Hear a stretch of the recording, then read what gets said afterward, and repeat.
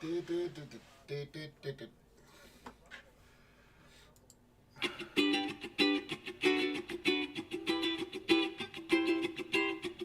make this faster. It's just going too slow. Howdy and aloha. Welcome to my talk. The earth and you are ohana. We hope you stay and talk. Howdy and aloha, everyone. It is James with Mana Talk. It is February the 12th, 2024.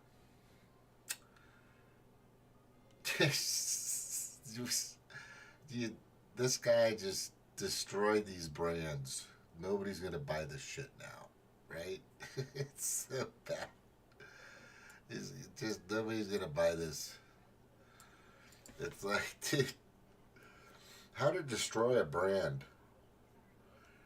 Bag of chips has fewer chips, but they're still charging us while watching the big game.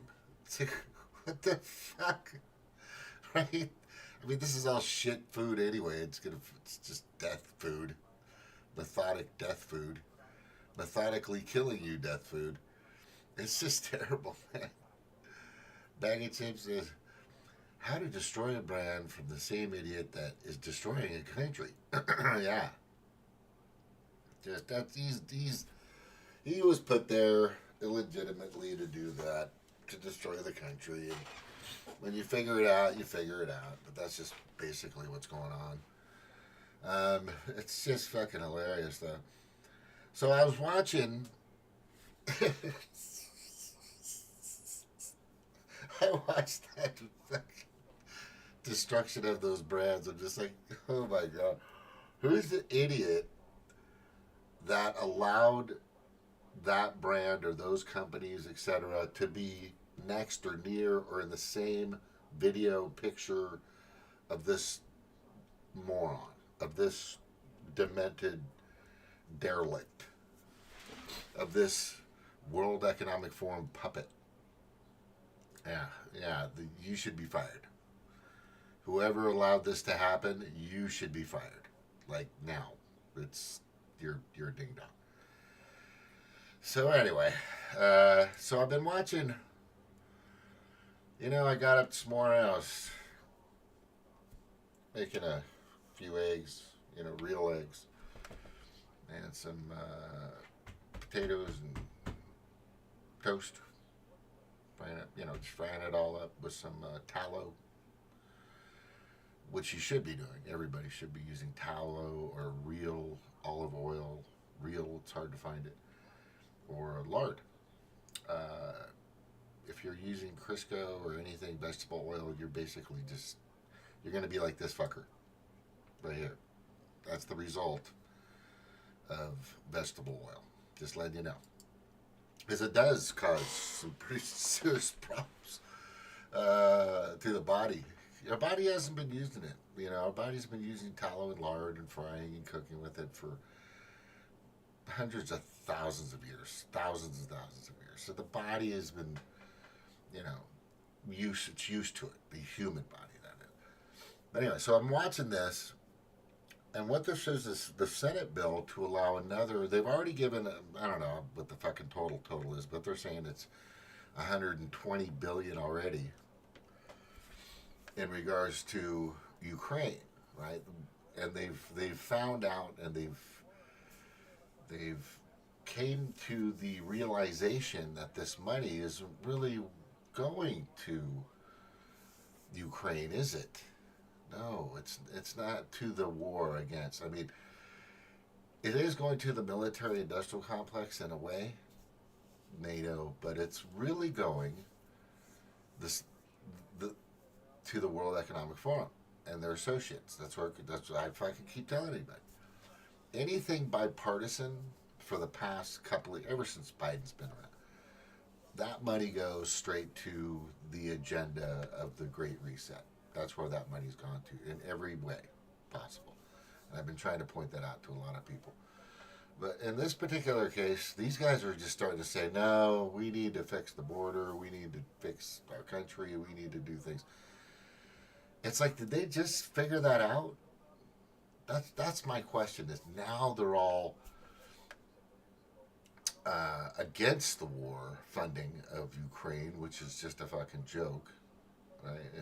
You're never going to beat the second or third most powerful country on the planet. Good luck. And it was never meant to win. It was never created, orchestrated, or put together. And it was all put together, all created so that they could funnel money to the military-industrial complex, NATO, UN, and just the global pedo-predator class. The global pet. That's where all this money goes to.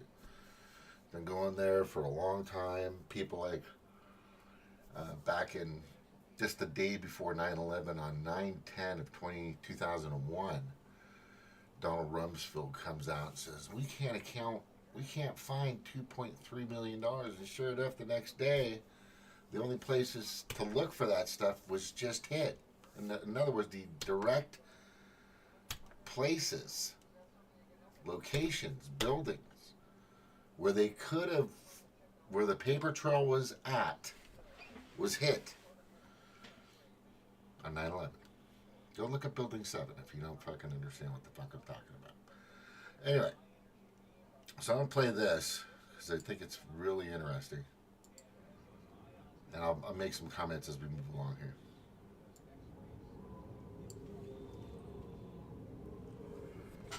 Oh, that was my microphone's way over there. Sorry.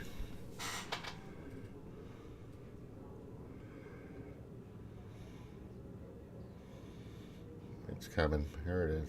Wait, no, not. I don't want to get her. She's sides of the aisle that impeded Russia or force border. I still believe that impede our going forward. So, Madam President, at this point, unless these objections are withdrawn, it's going to be very difficult to have the robust amendment process that many of us, most of us, want to have. And I just wanted to let my colleagues know where we stand. Thank you, Madam President. She's a fucking tool, too. Bunch of red pig looking. The senator from Alabama. They need to say their names. Okay. I want to hear their names. These people have gotten fucking lazy in Congress. They used to say their names. If you guys just go back just a few years, 5, 6, 7 years or whatever, and when C-SPAN, C-SPAN's been doing this for a while, but they used to say their names, right? The speaker, the Madam President who's up there now would say this is blah blah blah blah, and God, I forgot his name. It'll come up. I think it'll come up.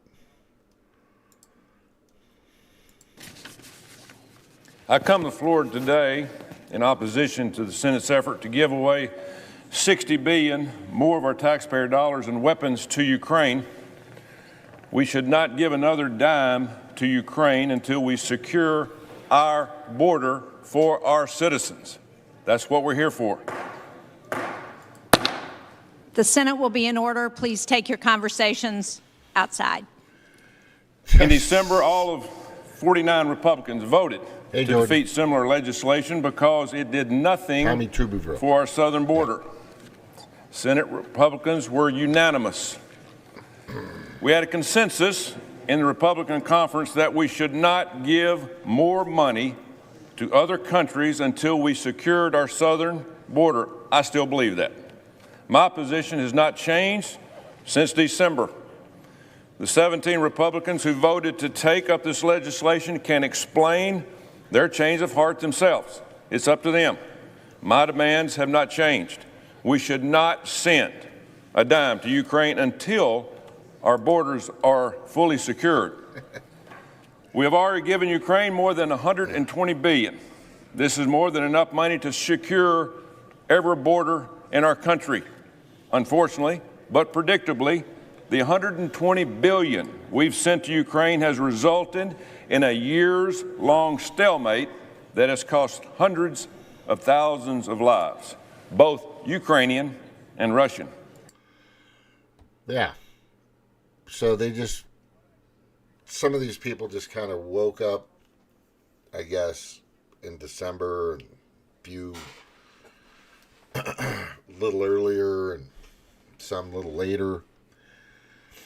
But did it take the border to bring this realization that Ukraine is the biggest, one of many money laundering scams? Yeah, I see that. You're going to SmackDown. Good for you, brother. If you see anybody a politician or something, especially Republican, have them check out my show. Don't talk to any fucking Democrats. They're just going to lie to you anyway. And make sure they're not Rhipigicans. But anyway, so this is the thing that's getting me about this. Is all of a sudden Ukraine is bad just because the border is bad, which the border is 10 times worse than it's ever been in the history of the planet. The average amount of people for the past few decades has probably been 400,000 to 500,000 coming in per year. Now we're at over 2.5 million coming in per year. So it's, 10 times worse, at least 8 to 10 times. It's just terrible. And we know you need to pay attention because this is the most important part. Okay, this is the most important part. A lot of these people, not most of them. Most of them, I guess we've given them an app. Instead of going through TSA now, you could just get the app if you're an illegal alien and come right in. You can fly in, you can train in, you can fucking boat in, you can walk in, you can bus in. But TSA with their own citizens, paying tax citizens, have to get fucking frisked, searched, all kinds of fucking gloved. This is insane. But besides that being so crazy, I'm trying to figure out. No, I figured it out. I'm just trying to alert people that, guess what? A lot of those people that are coming in don't like us. And the reason why they don't like us is because we've helped, assisted, orchestrated, created, coerced, intimidated elections, wars, all kinds of crap. I mean, for decades, in the Middle East and South Africa, all over the place. So, and I think we're at like 10 or 15, maybe 20% of the people that are coming in, they can't account for. And they've already caught like a few hundred people, I believe. Yeah, about a few hundred, maybe over 200, close to 300, that are illegal, that are on the fucking terrorist watch list. And these are just the people they've caught. And then we've got all the fucking cartel gang members coming in. I said one of my good friends was a senior district attorney in Southern California. And his job was to prosecute cartel and all that stuff and try to figure all that shit out. And he's got his fucking hands full in California now. I guarantee it. I hope he retired. I think he's retired. I hope to God he's retired, because right now it's a fucking mess for that guy, for all of them. And like I said, the biggest problem that we're looking at right now is those that hate us, literally hate us, because we've bombed them, we've destroyed them. I mean, I was in Desert Storm. I wasn't in Desert Storm. I was dry docked in Bremerton on a Navy vessel, but we were out in the ocean during the time, I think, when the carrier was moving. We were doing flight ops. We were getting ready, and Desert Storm was going on, and I think they had the Lincoln over there at the time.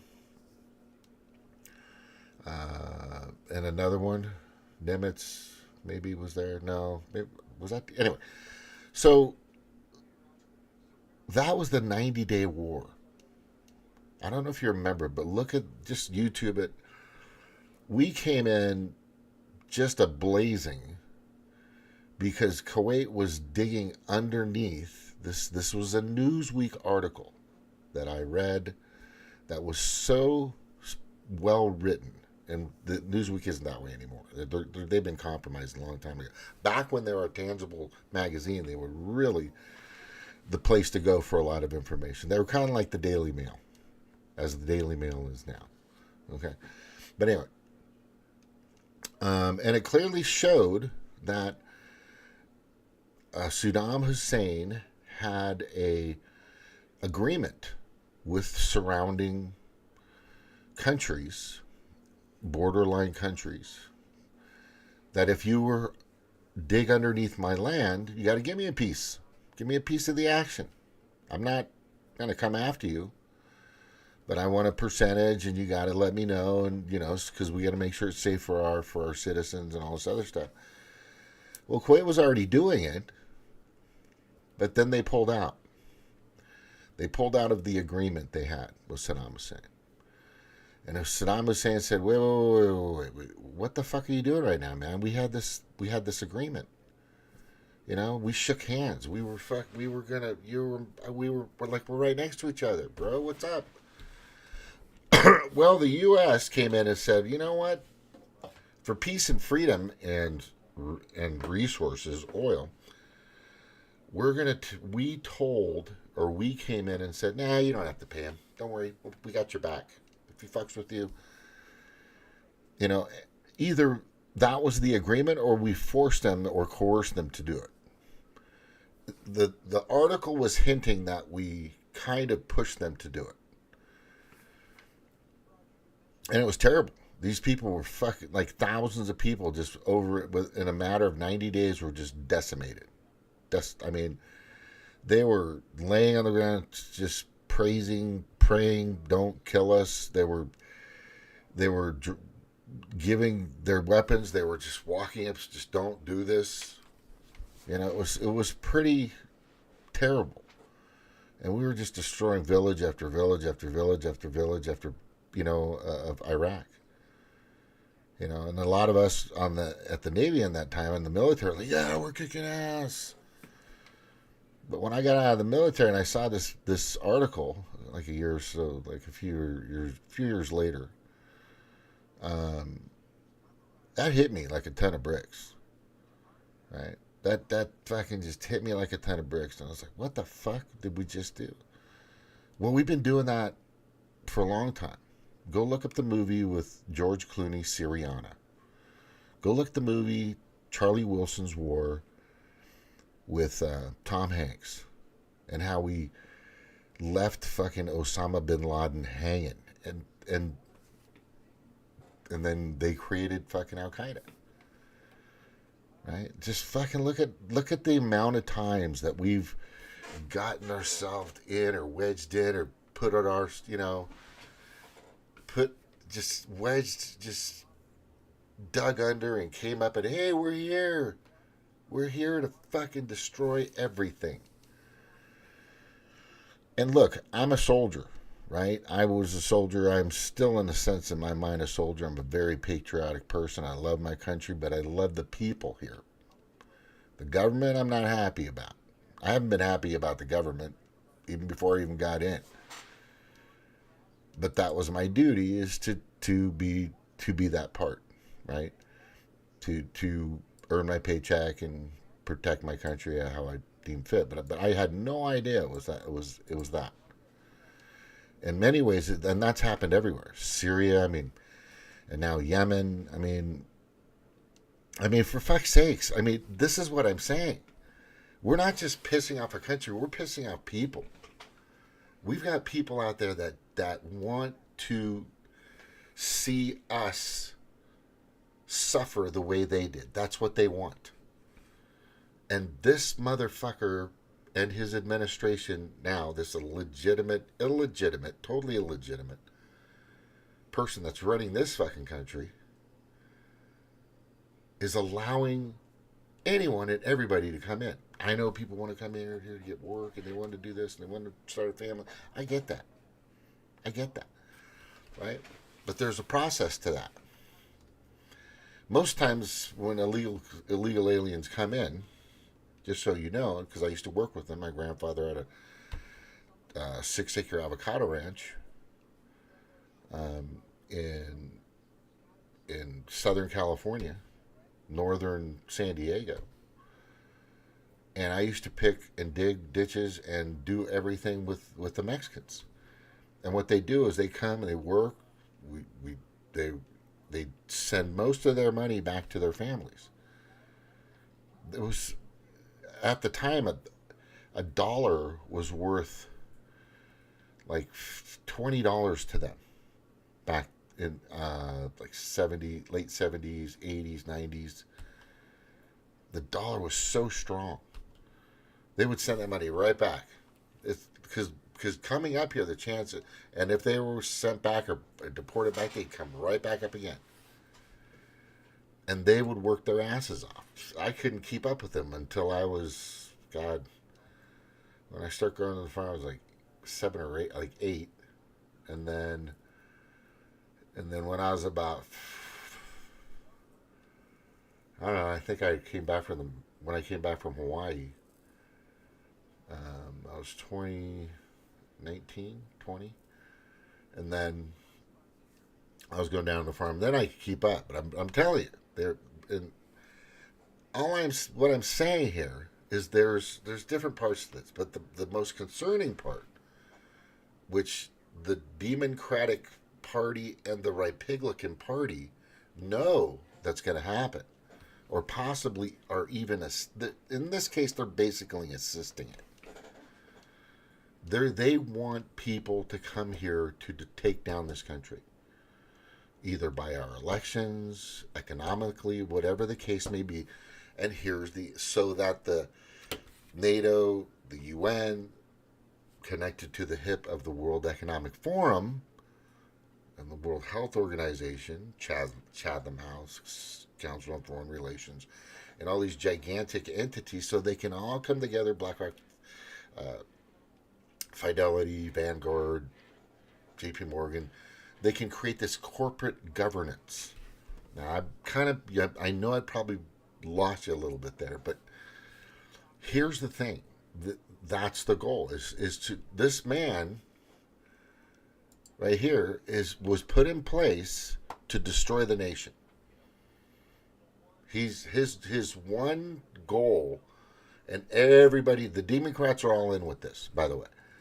And there are a few, and you know who they are, right? McConnell's,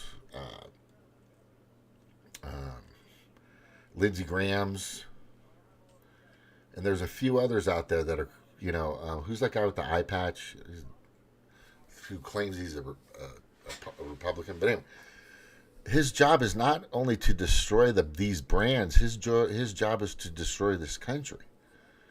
That's why they're using this puppet. He's just a puppet. He's the best puppet the World Economic Forum has ever had. And they've had a few. Obama was one, for sure. Bush was one, for sure. Right? Probably the dad was in it too, because his dad always used to talk about the New World Order. The New World Order. It's going to be the New World Order. And then Obama, the New World Order. And then Junior, the New World Order. Right, and you can look them up. These people brag about this shit. They've been doing this for a long ass fucking time. So this is the biggest concern that I have. So now these people are starting to go, oh shit, we got to start protecting our border. It's like,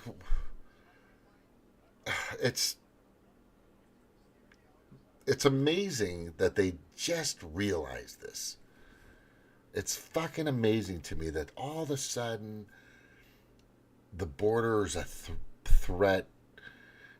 There's an actual invasion. You look, whether it's 5 people or 500,000, if somebody's coming in here to do harm, all it takes is one fucking person.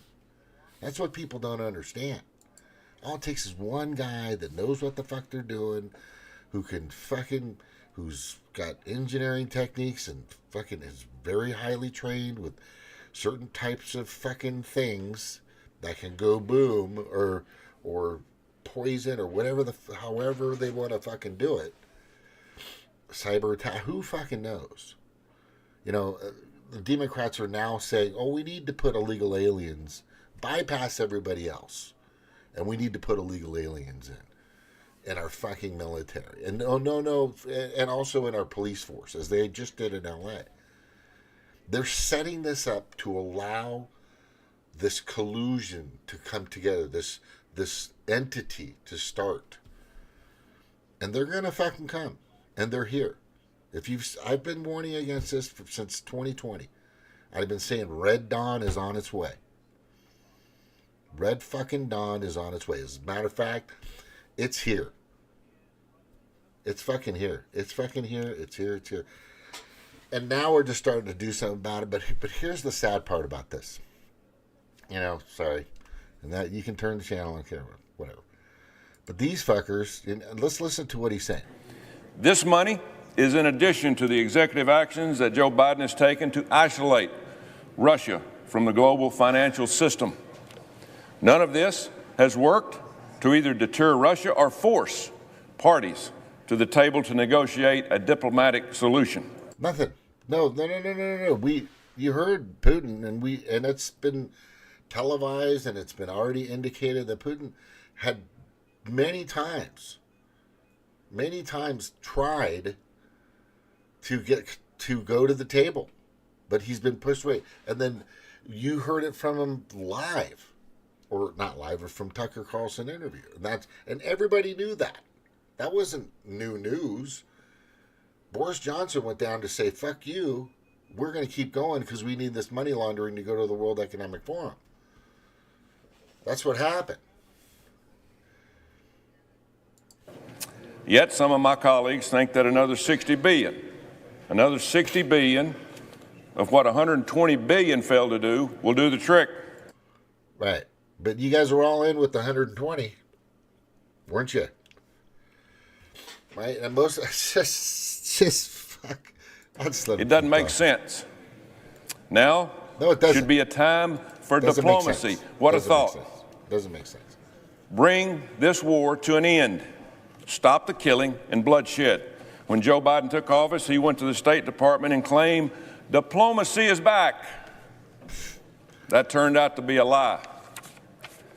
We have yet to see a diplomatic effort from this administration. Joe Biden's idea of diplomacy is sending Anthony Blinken to Israel to tell Israel to slow down the war in Gaza. That's not diplomacy. We need some real diplomacy in Ukraine. Right now, we're facing the possibility of a regional war in the Middle East. There have been 160 attacks on our troops in the Middle East since October the 7th. We're also facing the possibility of war in the South China Sea with China threatening Taiwan. A real leader has the right priorities. We cannot get involved in every conflict around the world. Last year, there was a war in Ethiopia. I asked my colleagues who support Ukraine, should we have paid for that?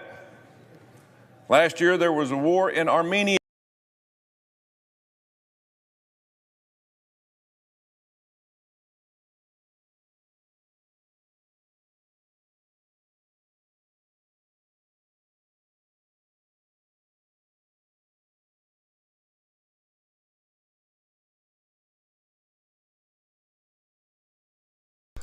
I'm muted, sorry. So it's interesting because now they're saying we shouldn't get involved with these. And then he starts to list all these places that we've gotten involved with, which there's dozens of them. And now we're not. Now we're going to pull back. It's just, this is fucking amazing because the hypocrisy here is fucking gigantic. And the hypocrisy of our government has been, and it's just so, it's exponentially alarming to the point of where I don't think they seem like a bunch of useless eaters, as Yuval Harari would say, to the 99.9%. But I think these fucking people are useless fucking people. Useless. Nothing's happening. Nothing's changing. Everything's going as planned. Right? Do you think this is going to stop? Do you think they're going to get their $60 billion? Because they already got a couple people out there now visiting. Right? They always go and visit, shake hands. Hey, man, good job. Keep that money coming. Because that's all that's about. Goes in their Cayman Island accounts. Goes in their South African accounts. Goes in their Swiss bank accounts. Wherever else. All this fucking printed money. You know, we're only $34 trillion in debt. And moving that fucking, that gauge. That fucking gauge way past the red line mark. And we do it all the time. Then we just reset it. We put a red light, we reset it. You just fucking print money. But I think they're genuinely concerned.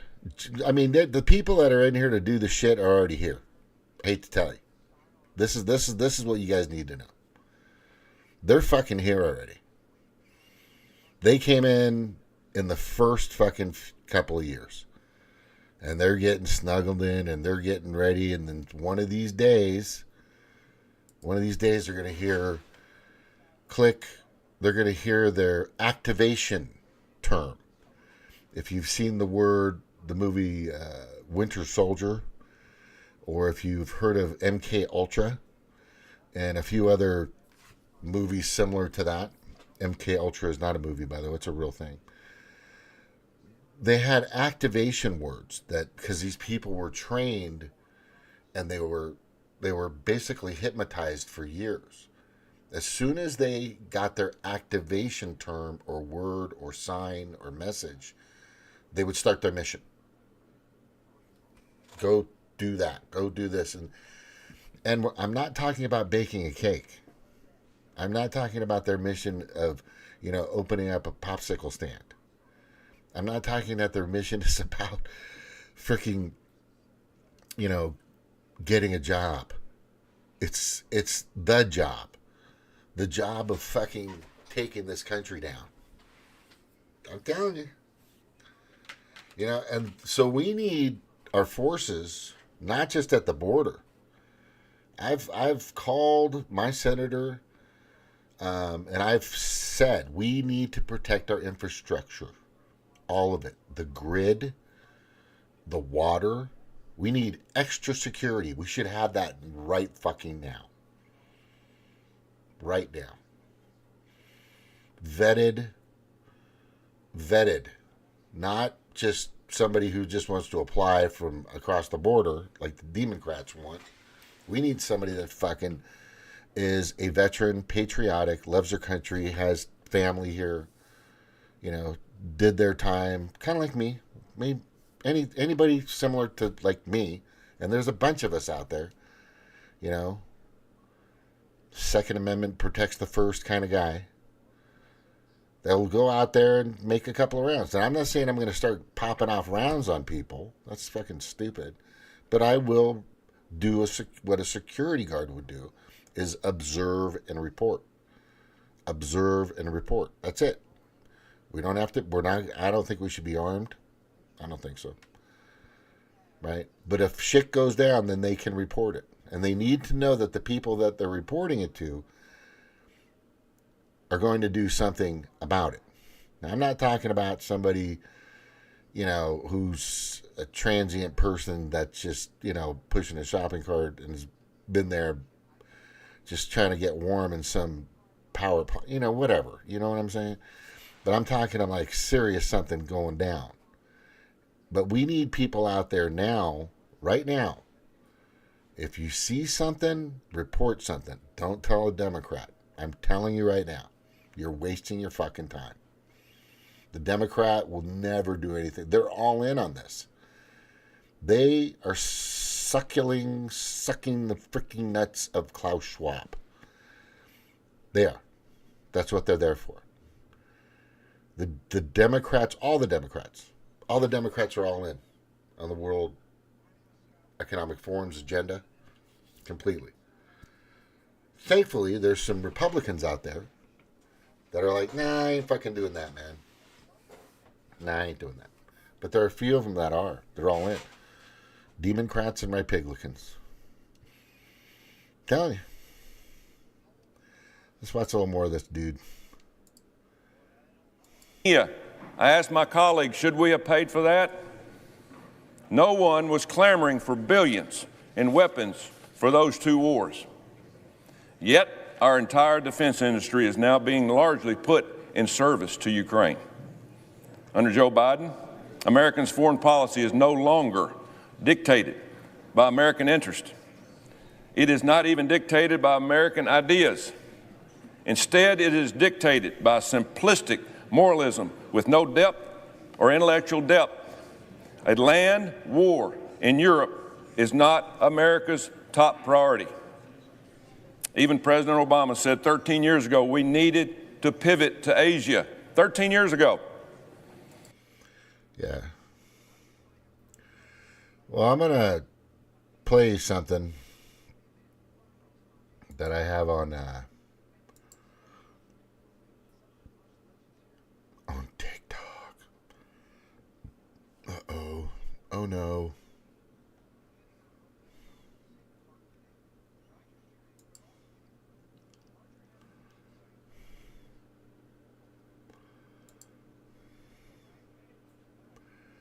I got it right here.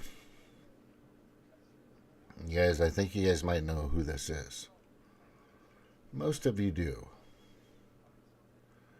Where is she? I just freaking had her on here. Nope. Nope. Nope. I just fucking posted it, didn't I?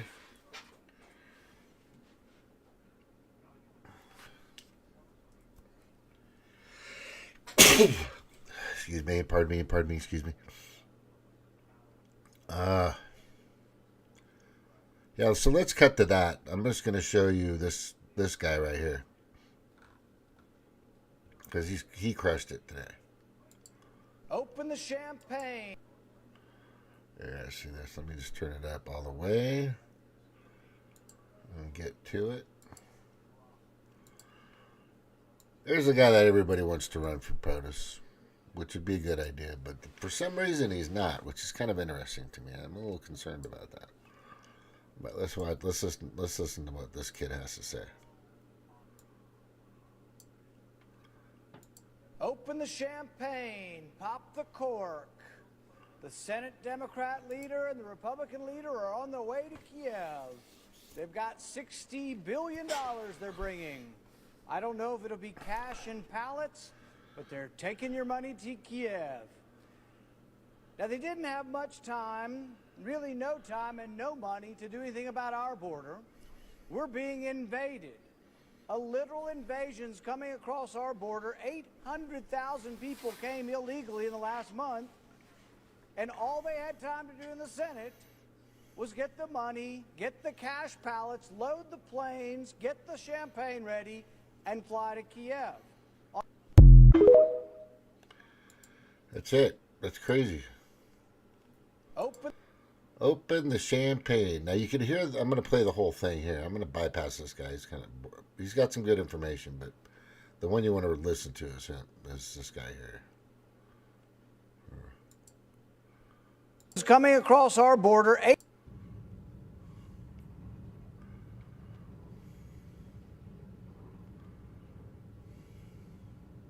quiet. Everybody wants to hear this game.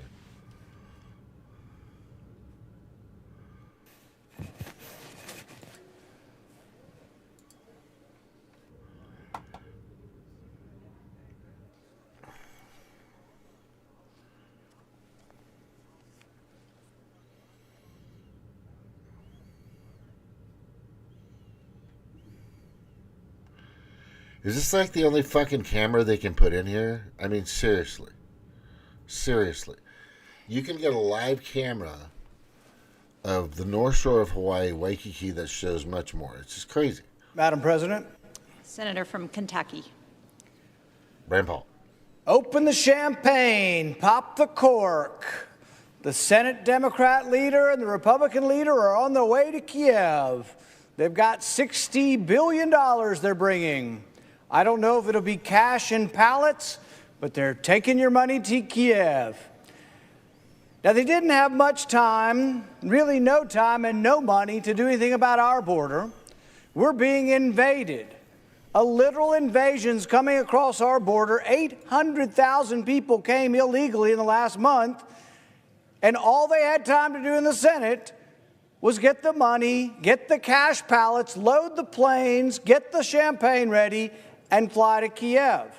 On Friday, they will take the $60 billion to Kiev, crack the champagne, and meanwhile, each day, between 5,000 to 10,000 people come across the border illegally. Now, they put up a sham bill, and they said, you should have taken the sham bill. You should have taken the ruse. We gave you a border bill. But the border bill would allow 5,000 people a day to come across, and then they would declare an emergency. Guess what? The emergency's already here. 700,000 people in 2 months is an emergency. Nearly 800,000 people in 2 months is an emergency. But they gave lie to the ruse when they tweeted out their great bullet points on how great this deal was going to be. They tweeted out, the border never closes. So they were putting forward this great border bill that the president would use to stop illegal immigration, but they tweeted out of all the main points that this would do, that the border never closes. And this is actually true, because what would happen is they would close the illegal crossings, but leave the legal crossings open.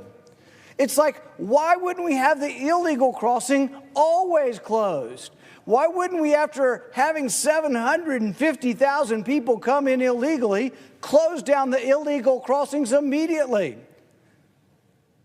And what also gives lie to their assertions is that we have the same laws we had under President Trump, and President Trump controlled the border. So how could President Trump do it with the same set of laws? And now they say, if you only gave us power, we would do something.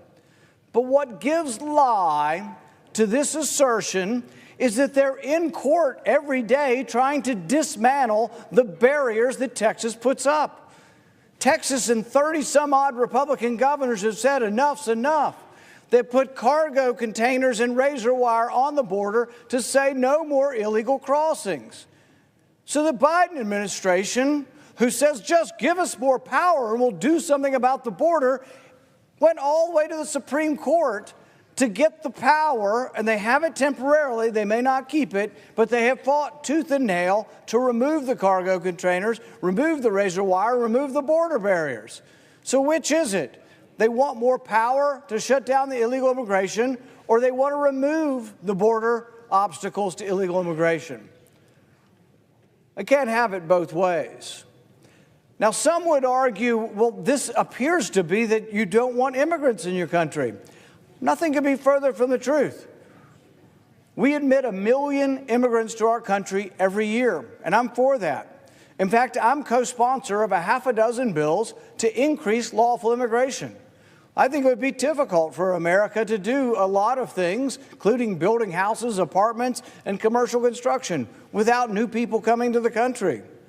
I think some of the best Americans just got here. Many of them are my friends. Bowling Green, Kentucky is known for people from all over the world. We have 100 languages being spoken in our schools. This has nothing to do with not wanting immigrants. It has to do with not wanting 750,000 people to come across who we don't know who they are. Most of them are males of a military age, and we're doing nothing.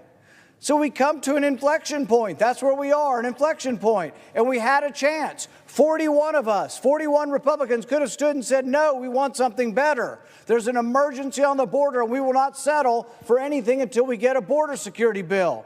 Instead, it folded. Why? Because Republican leadership is flying with the Democrat leadership to Kiev because they have prioritized Ukraine over the southern border. There's no other way to put it. We have a disaster at our southern border, and the ranking Republicans and the ranking Democrats, there is no difference. They're on the same team. They'll be on the same plane to Kiev. Republicans and Democrats, same plane, pallets of cash, your money to Ukraine. Even if you could make the argument, and I think there is an argument that there is a noble cause, that these people are fighting for their independence and they're fighting against aggression. All of that is true, but there is no money to give them. We're out. We are flat out of cash. Not only are we flat out of cash, we're $34 trillion in the hole. We're borrowing money like it's going out of style. We have never, ever borrowed money at this alarming rate. It's hard to even fathom the billions of dollars that goes out the door. It's been said before, but people have asked, how do you imagine, how do you put into perspective $1 billion? What is $1 billion? If you put $1 million in the palm of your hand in $1,000 bills, it would be 4 inches high. But $1 billion is difficult, more difficult to visualize. To put $1 billion into perspective, 1 billion seconds ago, Reagan was starting his second term. 1 billion minutes ago, the Pantheon was being completed in Rome. 1 billion hours ago, we were in the Stone Age, over 100,000 years ago. But $1 billion ago, just a couple of minutes. In the time that I will speak, the government will spend billions upon billions of dollars, virtually $1 billion every 2 minutes. 30-some billion dollars in the space of an hour. It's out of control. If you look at the debt that's being incurred, and people say, what does it matter? You could be like Dick Cheney and some of these Republicans. Deficits don't matter. We don't care about the deficit. Well, you should, and you see the results of the deficit every time you fill up your car. Every time you go to the grocery store, every time you buy something, you're seeing the results of the debt. The way we pay for the debt is we print up money. The Federal Reserve buys the debt, but the Federal Reserve has no money, so they print up the money and they dilute the value of the existing currency. What does that mean? Inflation, prices go up, but so does the cost of government. People have cost of living increases, and I don't begrudge that, but it's 9% in the last year or so. So the cost of Social Security are going through the roof. The cost of Medicare are going to the roof. But do you hear a peep? Not one peep about the problem paying our own bills. We are basically like renters paying for our apartment. In what kind of world do you borrow money to send charity? If you see a homeless person... I'll show you. Let me show you that world. It's right here. This idiot's world. That's right here. Watch. Where is it? Oh, gosh.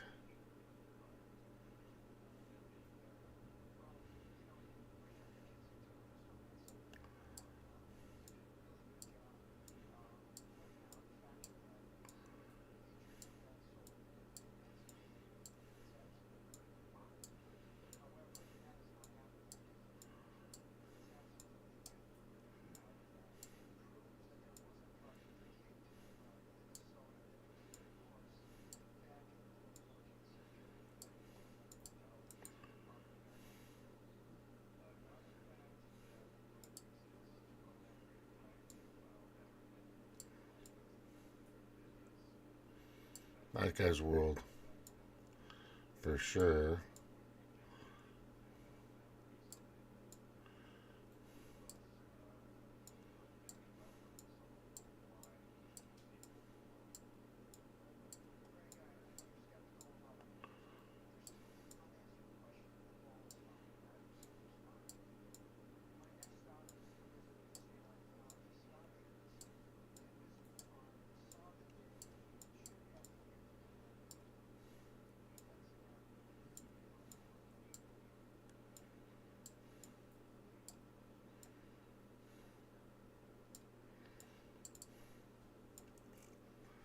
Right here. Here's the world. Here's the one. He just mentioned that, right? The renter's world. There it is. Top left corner. 2016. Welcome to 2030. I own nothing, have no privacy, and life has never been better. And then they changed it to, you'll own nothing and be happy. This is how our world could change by 2030. You'll own nothing and you'll be happy. That's their goal. Just letting you know. That's the world. That's the world we're talking about. That's the world he just mentioned. Person, you want to help them, but you have no money? Would you go to the first corner and go into the bank and say, I want to help homeless people. Will you give me $1,000 so I can help homeless people? No one does that. If you're paying the rent for your apartment, do you go to the bank and borrow the rent for your apartment? No, there are times at which you borrow against things of value. You can borrow against a home that you have a down payment on. You can borrow for capital improvements like schools or roads, but you don't borrow for your daily expenses. That's what's going on here. Realize that 2/3 of the spending is entitlements. Medicare, Medicaid, Social Security, and food stamps is 2/3 of all spending. That's all we have enough money for. Tax revenue pays for that. Everything else is borrowed. You'll hear people talk about a budget. They say Congress votes on a budget. Well, the budget we vote on is equal to about $1.5 trillion. That's the debt.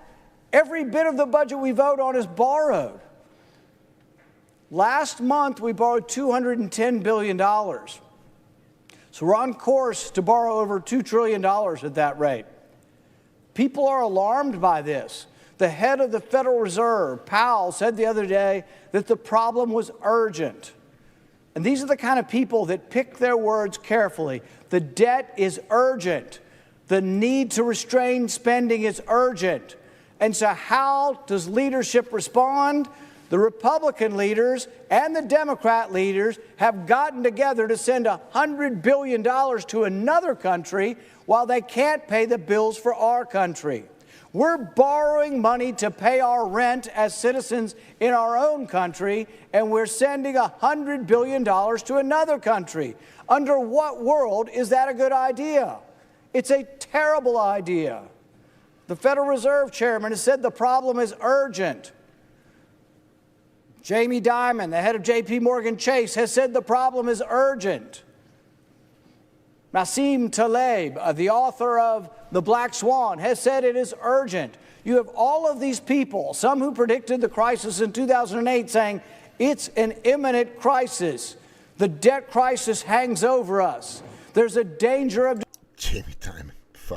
destroying the dollar and destroying our country, and leadership is concerned about making their plane to Kiev. The Republican leader and the Democrat leader will be on a plane to Kiev, I'm assuming with champagne and pallets of cash. Have you ever seen the pictures when they unload the pallets of American cash, when they did it in Iraq?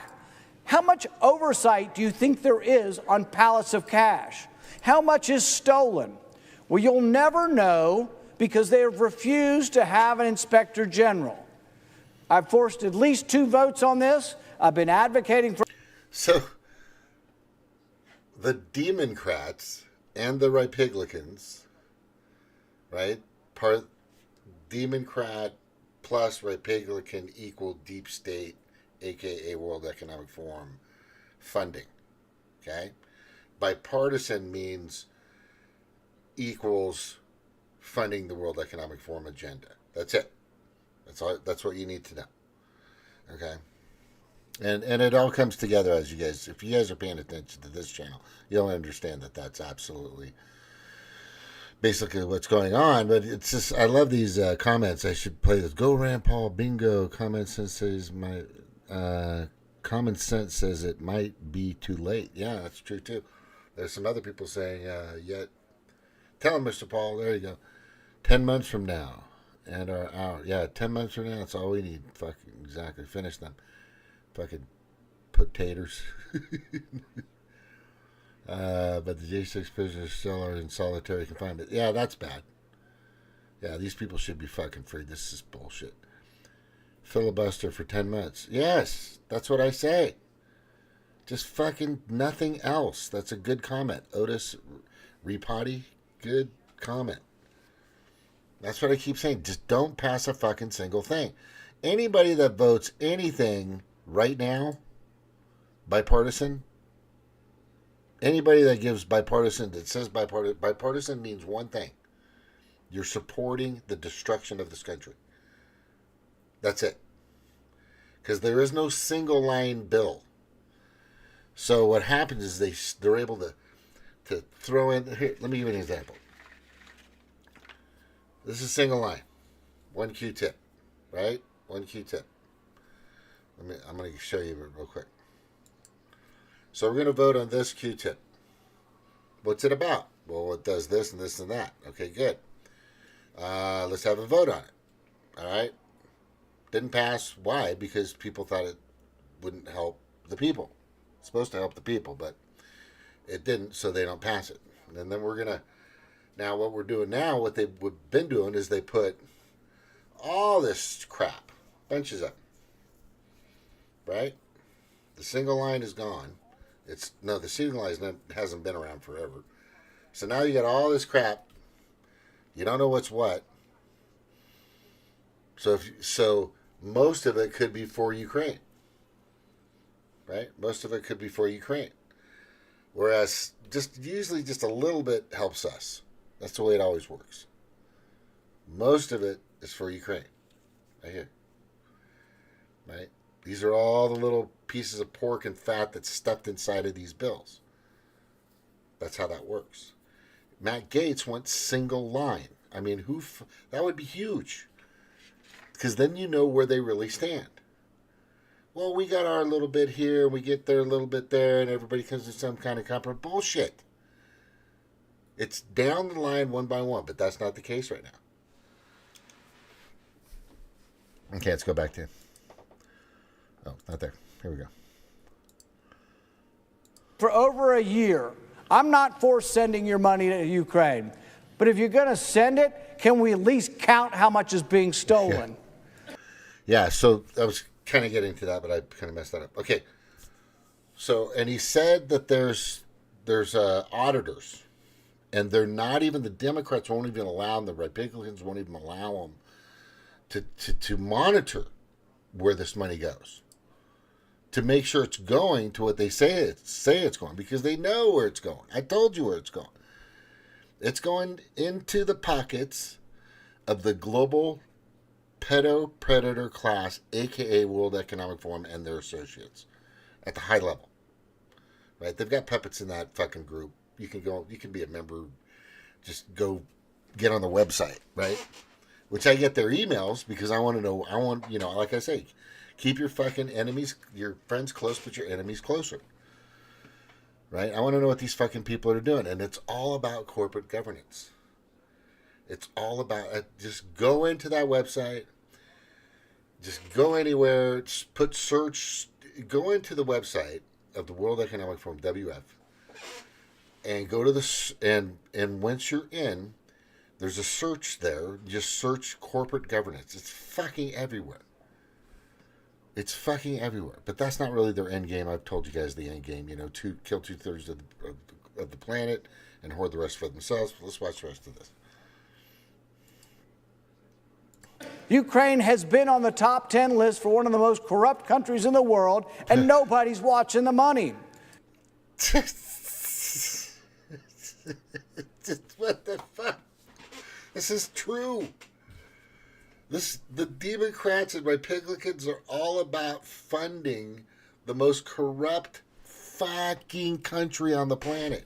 Now, I'm not saying we're, polished apples, right? Because we're definitely not polished apples. But these people are complete and absolute Nazis. They're fucking core. You heard the fucking interview with Tucker.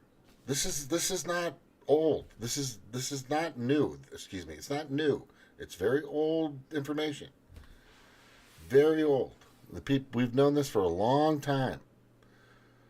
Where they stand. They stand with the Fourth Reich, with this new world order. That's part of it. Let's continue. Now, journalists in Ukraine have actually caught a few people. We haven't caught anybody. If you ask our people from our Defense Department, they'll say, oh, nothing to see here. That's what you get all the time. Nothing to see here. Nothing to see here. Right? It's all good. Nah. What you're talking about, not son. No, you're misinformation. You're a conspiracy theorist. You're an influence operator, which they've labeled me and a few other people out there, right, that go against the grain, that actually question authority and its sources at every turn, that have the actual clarity and courage to say, hold on a second. This doesn't make sense. I mean, common sense. That's just common fucking sense. I just think it's so fucked up. But it's simple. But they know it. They all know where this money's going. You don't think they fucking know where this money's going? They fucking know. Right? And they deliver it like pallets. This is true. Pallets of fucking money. Crazy. You realize our Defense Department has never been audited. We've been trying to audit the...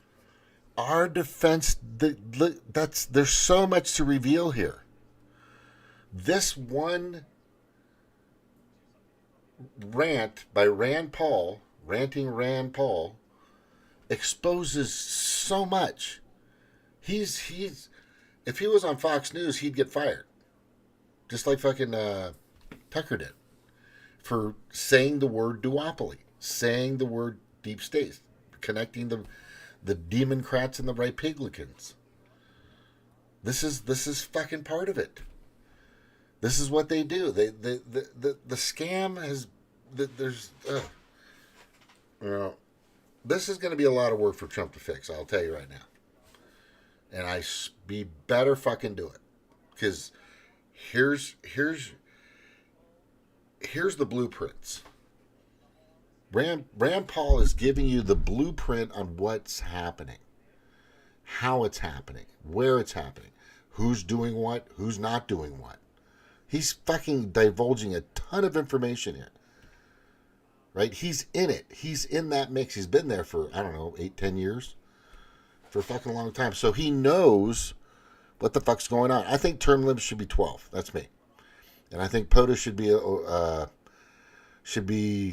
should have a test, cognitive and all this stuff, and it should be, I'm going to say 72, because, anyway, I don't know. Anyway, let's listen to the rest. But these comments are awesome that these people are putting in there. It's fucking pretty cool.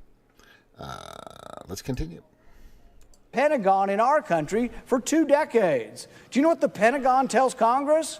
We're too big to be audited. You know, my response is, you're too big then. You should be smaller if you can't even audit the money we're spending. Too big to fail. You guys remember that term? That was back in 2008, 2009. These banks were too big to fail, and we bailed them out. Obama bailed them out. Didn't bail out the people. Millions of people lost their homes, jobs. It was fucking terrible. They routinely lose billions of dollars. They routinely have billions of dollars paid. They have no idea where the dollars went. And so in the midst of this, in the midst of a $1.5 trillion deficit this year at least, the leadership has come together. People say they want compromise. Well, you're getting it today, but it's the wrong kind of compromise. It's compromise to loot the Treasury. It's compromise to spend money we don't have. We have not one penny saved. There is no savings. There is no rainy day fund.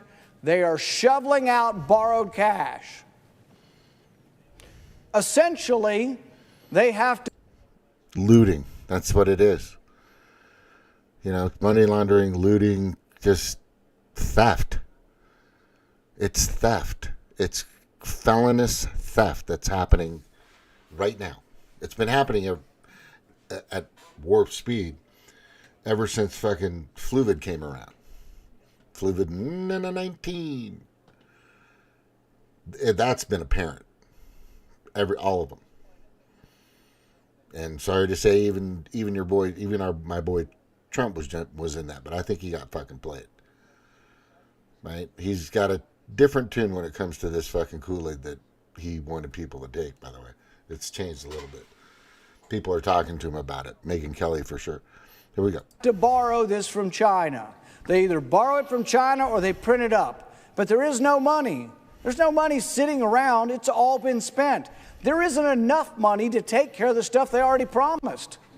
So everyone on the other aisle and half the people on this side that are wanting to send more cash over there have also promised they're going to take care of you.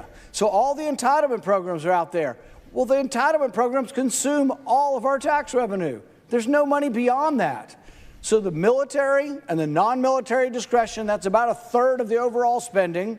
There's no money for it. It's all borrowed. So we're going to add to that.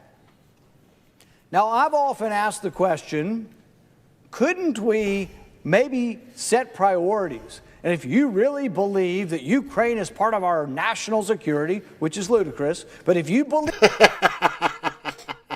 Which is ludicrous. It's perfect. It's fucking ludicrous. How is that even a topic, issue, bill, anything? Because it's looting, because it's criminal, because it's stealing. The Demoncrats and Rhipigicans that fucking push Ukraine, push Israel, all of them. Even Israel's a part of this. Look, go back in time, because I've seen it. I'm old. And you can check and see for yourself when fucking Israel-Palestine shit pops up. Every 2 or 3 years. Usually right before a general election. Just go look it up. Just go do a little research. Right? It's about votes.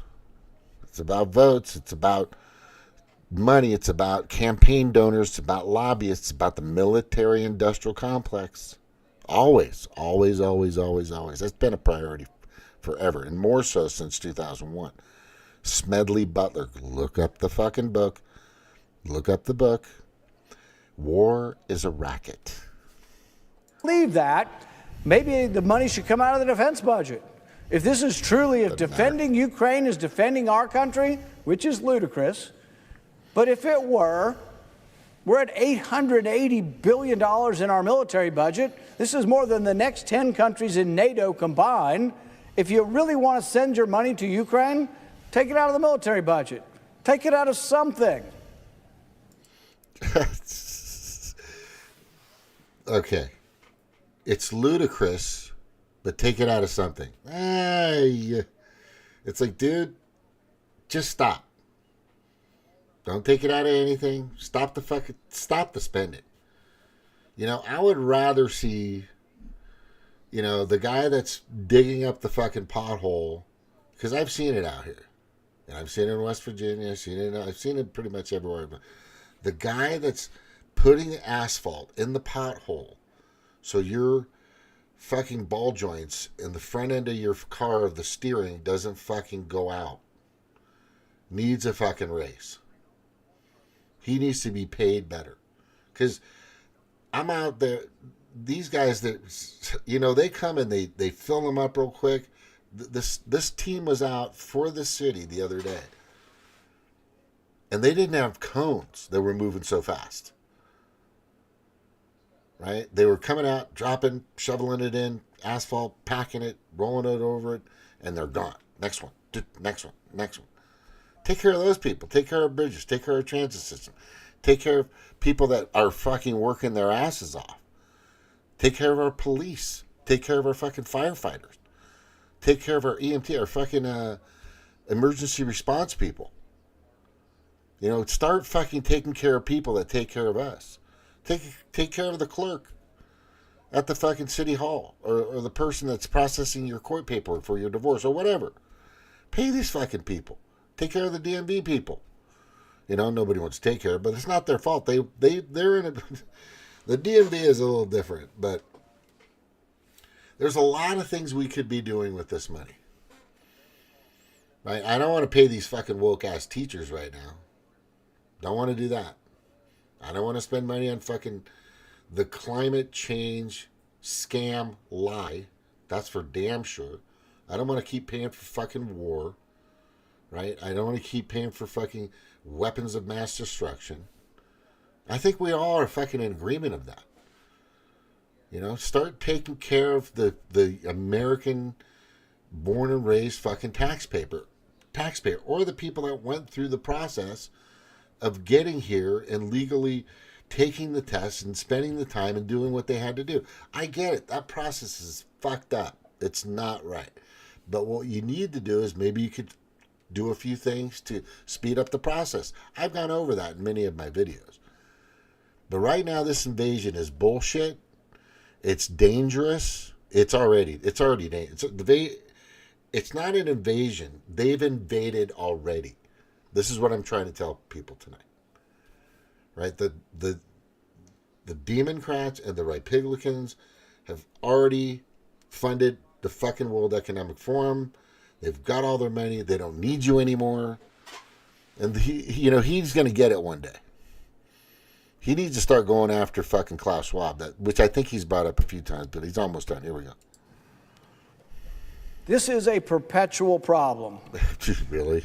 But I think the American public needs to know, as Republican leaderships and Democrat leaderships jet off to Kiev, cracking the champagne and delivering pallets of cash, they need to know that there was opposition to this. People say, why do you come to the floor? Why do you make the poor senators be here over the Super Bowl weekend? Why do you make them cancel their vacations? You think I do it just to be mean or out of spite? I do it because I care about our country. I care about the bankrupting of America. I care about the looting of our treasury. There can be an honest debate over national security or what is in our vital security, but there never is a debate. If you look closely at what people say, they'll simply declare it's in our national security to send money to Ukraine. There isn't really a debate. I actually think it's the opposite. I think sending money to Ukraine actually makes our national security more endangered. I think it threatens our vital national security to send more money to Ukraine. Why? It fucking does. Well, let's hear his reasons why, but I'll tell you why. Because I think it threatens the fiscal solvency of our country. I think it, along with so much of the rest of the spending, is dragging America down and threatening a day of destruction. There have been civilizations who have destroyed their currency. And typically, this happened on the heels of war. After World War I, Germany destroyed their currency.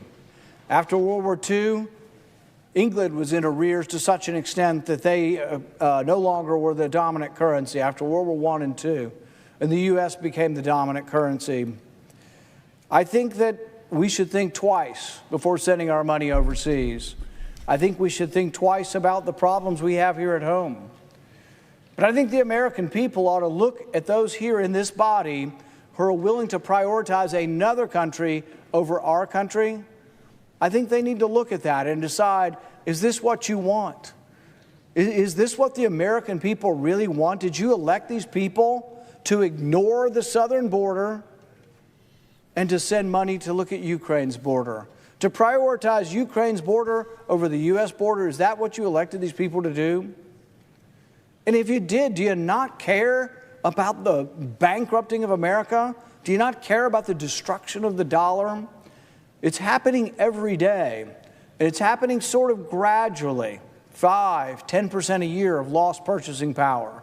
But there are people who are left behind, people whose salaries aren't adjusted with inflation, people who are being squeezed by this inflation. And people say, whose fault was the inflation? Republicans or Democrats? And I say both. Really, there is only one party when you get down to it. They all want to spend money. The leadership in the Republican Party is really not a great deal. And this is a secret you're not supposed to expose in Washington, but there's not a lot of difference between the Democrat leadership and the Republican leadership. They kind of want to spend money sometimes for different things. Sometimes Republicans want to spend more on the military enterprise, and Democrats maybe more on welfare. But they get together. People say, oh, there's not enough compromise in Washington. There's way too much compromise. Why? They compromise to spend money we don't have. So in order to raise military spending, they got to promise that they'll raise the welfare spending as well. There's one particular argument that's been made by Republican leadership as well as Democrat leadership as well as the White House. I find this. I like this one here. This guy here says, defund government.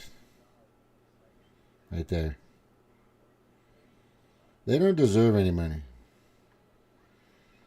And they're a body together. So I remember in boot camp and basic training and airman school and all this other shit in the military. If somebody fucks up, everybody took the hit for it. Everybody, you take the hit. You're in the military. The golden rule is you take your own hit, meaning you take responsibility for your fuck up. But when it comes to basic training and when it comes to airman school, which I went to right after basic training, one person fucks up, everybody gets punished. That's the way we should treat these people. One person fucks up, they should all get punished. Right? And they're fucking up a lot. They're you know, with the fucking Klaus Schwab at the helm and all these fucking crazy fuckers, you know, telling Joe Biden what to do. Telling Obama what to do, and then Obama telling Biden what to do, basically, is pretty much what's going on.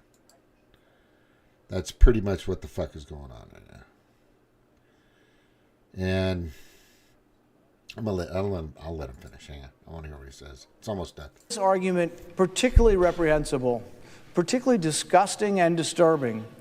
They make the argument that it's really not so bad to send money to Ukraine because it increases the profits of the arms merchants. And most of the arms merchants selling the arms into this war are Americans. They say, oh, it's a win-win. We send the money overseas to Ukraine, but Ukraine then buys our arms, and the arms merchants are enriched. I don't know. I know there are no American soldiers yet in this war, but I have some sympathy for the young men and women. He just said what happens. I don't know. That's exactly what fucking happens. All the military industrial complex isn't just the United States, by the way. There are many. You know, the greatest union, working workers union on the planet with the most benefits, the best pay is guess what industry? Guess what industry? The military industrial complex. That's right. Very good. Women involved in this war, that the argument that we should perpetuate the war, that the war isn't a bad thing, and that war is not a hell on earth because we make some profit off of it, I find that disgusting. I find it really disturbing that there are people out there making the argument on both sides of the aisle, no big deal, it's helping our defense industrial base.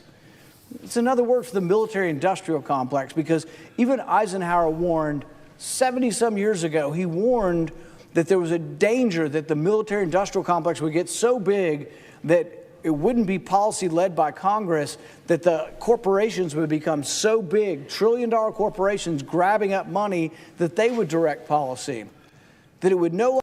What? Because oh shit, you're not seeing it. That's exactly what happened. That's exactly what's been happening for decades. More so now, Big Pharma's in the mix. Big Pharma was sitting back going, you know what, we could get some money too. How are we going to do that? I know. Let's do early 2020 and put something out there to get mass formation, psychosis, consent. Let's do that. And they did it. Everybody fucking fell for it. Everybody fell for it. You fell. Many people fell for it. People that are watching this for the first time goes, I fucking fell for it. All right, here we go. No longer be you voting or no longer be us voting, but it would be the corporate interests who make the profits would be driving this. That's called corporate governance, aka World Economic Forum's greatest term. Just go on their website, go through the search, it'll be everywhere. And I think we've become eerily close to that. Oh, we're there. We're fucking like, yeah, I think we're borderline there. We're if we fucking keep giving them money, they just keep building a bigger fucking monster against us. And the Rhipigicans and the Demoncrats are fucking doing it, and they know it. And they know it. These fucking sick fuckers, man. They're just a bunch of corrupt motherfuckers. What I'm going to let them finish. This is sort of the quiet part they used to not say out loud. They used to keep it kind of on the QT. We're just going to not talk about the profits going to the arms merchants, but now they're bragging about it. The defense industrial base. We are going to enhance the defense industrial base. Really? The meat grinder of war is now justified by expanding the profits of arms merchants? Some estimates are 500,000 people have died in that war. So if we keep it going for another year or two, maybe 1 million will be dead in the war.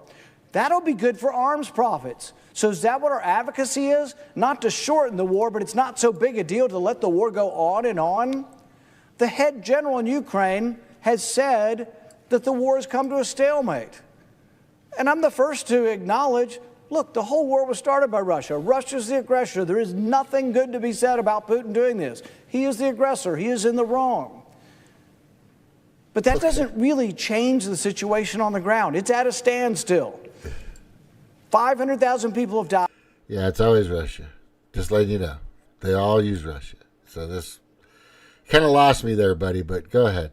He has to pacify certain people, right? Because everybody thinks the big enemy of the world is Russia.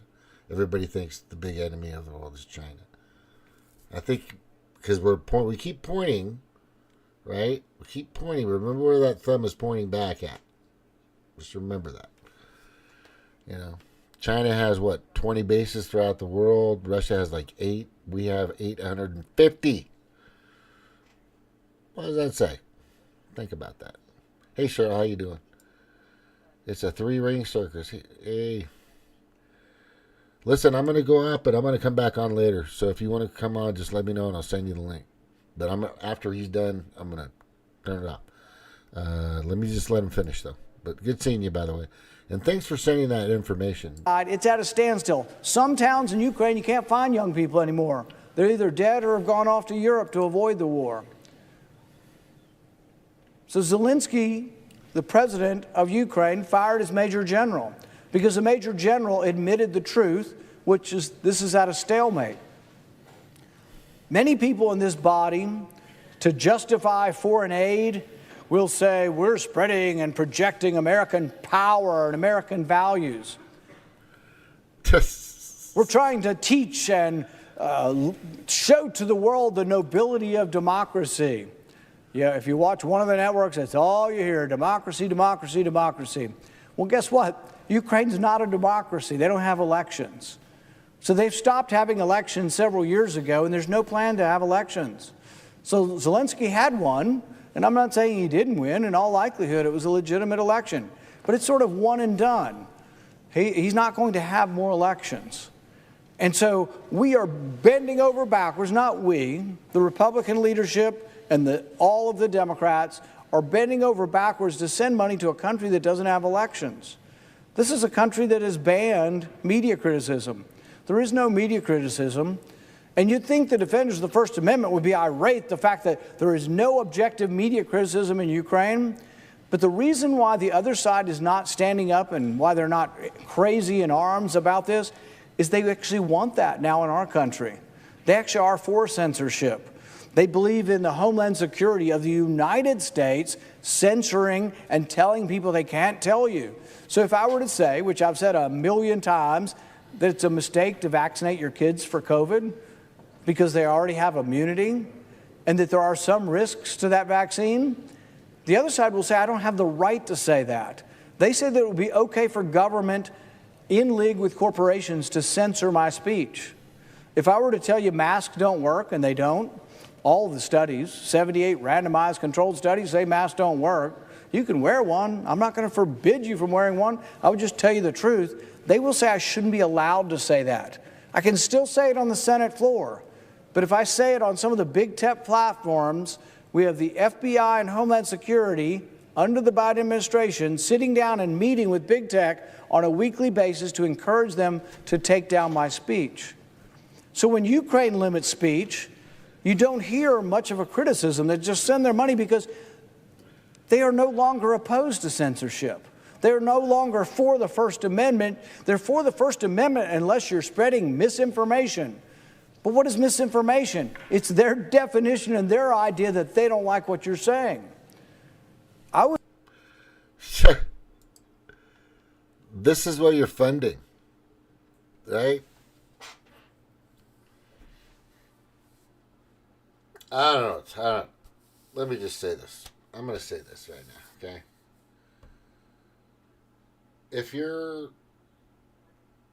I'm going to make a list of all the people that are, in my opinion, the Rhipigicans and the Demoncrats. Okay? He's correct. All the Democrats are all in with the World Economic Forum. They're all in with the Great Reset. They're all in with the New World Order. They're all in with fucking Agenda 2030. They're all in with the Fourth Industrial Revolution. They're all in with the Fourth Reich. And that's it. This is the Fourth Reich moving at fucking warp speed. Sorry I brought up warp speed, but somebody made that up. I don't think it was Trump. I'm hoping it wasn't Trump. But the thing is this is a fucking real situation. We're sending money to the most corrupt, most non-democratic, most non-free values country on the planet. Already $120 billion. And they want to go, and they want to go send another $60 billion. Is that fucking nuts?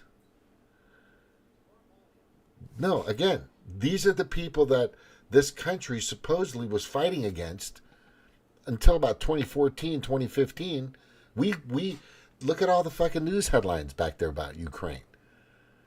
They were known as the fucking Fourth Reich. They were known as complete and full-on Hitler-supporting people. Not all of them, but a good chunk of them. A lot of them didn't want any of that. I get it. But there was a good group of them that want that. The ultimate white supremacist process.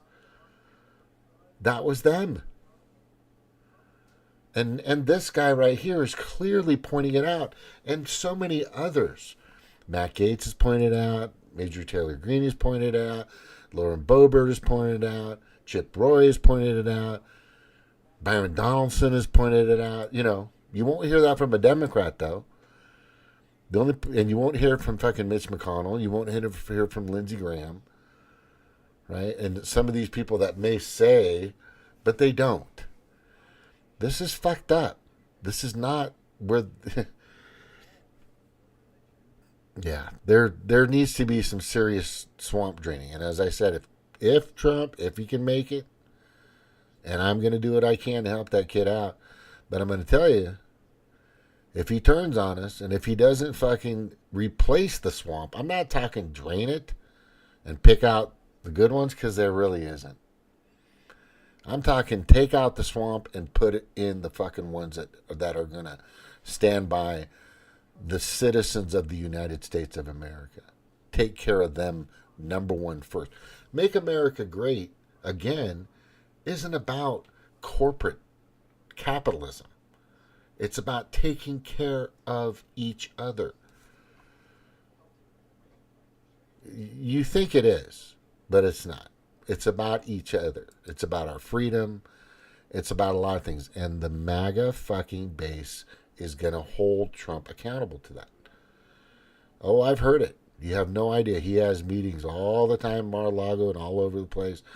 And they are telling him, I'm telling you, bro, you better fucking hold true to us. Because why even question it? You know, that's the way my grandfather started. He was a barber. That's my grandfather was. My dad was a construction worker and became a contractor, started building buildings. And started making deals. And that's where he is. He's just third, fourth generation down the line made his money. That happens to families all the time. There are farmers out there like that. There are engineers out there. There are attorneys out there like that. There are doctors that have fourth and fifth line. They're part of the fucking family practice. You're going to go after those people too because they want to help their kids? Oh, hey, Cheryl, you're at work. Tonight? Oh, okay. Anyway. Maybe tomorrow then. Maybe tomorrow because I still got some stuff. I'm going to let this guy finish. You're almost done. A few more minutes. Would be perfectly willing to acknowledge there are arguments on the other side of what I'm saying, whether masks work, whether you should vaccinate your children. I think the arguments are stronger on our side, and I'll debate anybody on these subjects, and I think they should be debated. And then you should make your own choice. In a free country, you make a choice. Wear a mask, don't wear a mask. Vaccinate your kids, don't vaccinate your kids. But to ban the speech is a very dangerous precedent. This is the kind of speech that they're in favor of banning in our country. So they're not too troubled when speech is banned in Ukraine. There's also been banning of religious authorities in Ukraine as well. So we don't have elections in Ukraine. We ban speech. And there's also been a banning of religion as well. And yet the fervor of people to send the money, to load the plane is likely loaded. Now, I may be exaggerating that there are going to be pallets of cash. There are probably going to be a computer entity, but it's much more visual to imagine the pallets of cash. Yeah, pretty much. But there will be a plane that will leave this weekend, and it will have the Republican leader on it and the Democrat leader.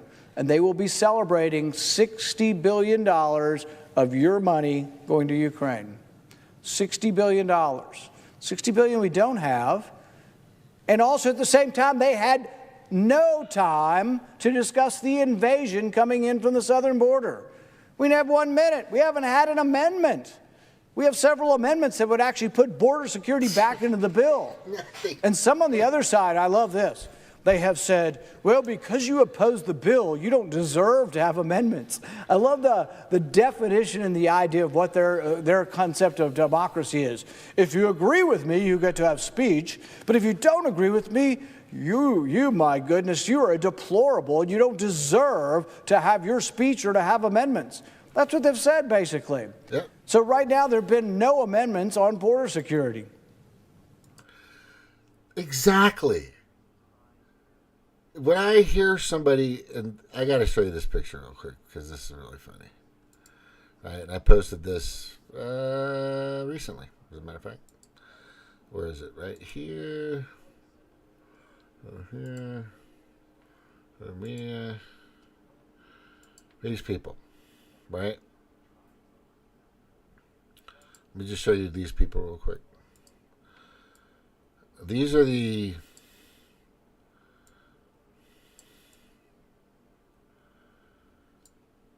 people are on TikTok, they're on Facebook, they're everywhere. But they're crisis actors. I did put an S there.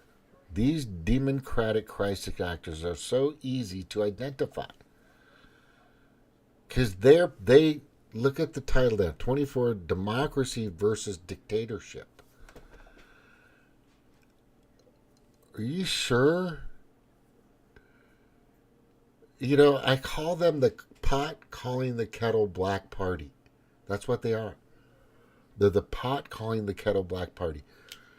And, you know, I'm waiting for Jimmy to steal that from me, which he might soon, which I am more than happy for him to do. He's a good kid. He's doing what he can. I just tried to help him not get fucking Kool-Aided. Ugh, pisses me off. But I tried, Steph. I fucking tried, man. I spent like over $100 in super trash trying to keep that guy from fucking taking that shit, but he did. Yeah, you didn't read my post, too. Anyway.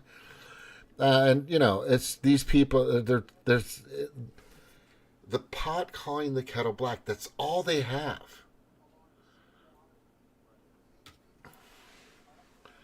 Vivek, yeah, VP and his wife, also Melania and Trump at the event at Mar-a-Lago. Yeah, I'm hearing that. I'm gonna verify that though. I mean, if you want to say verified, you say it now, and I'll say it's verified because I trust you. Okay, I don't trust very many people, sir, but I do trust you. Okay, so Taylor Swift wants you. Look, I don't give a shit about the celebrity shit or the sports fuckers or whatever. You know, they could take money from Pfizer or fucking Enron or fucking BlackRock or whatever they want to fucking do.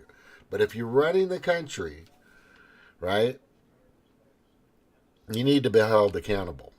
So let's get back to him. There is an emergency at the southern border.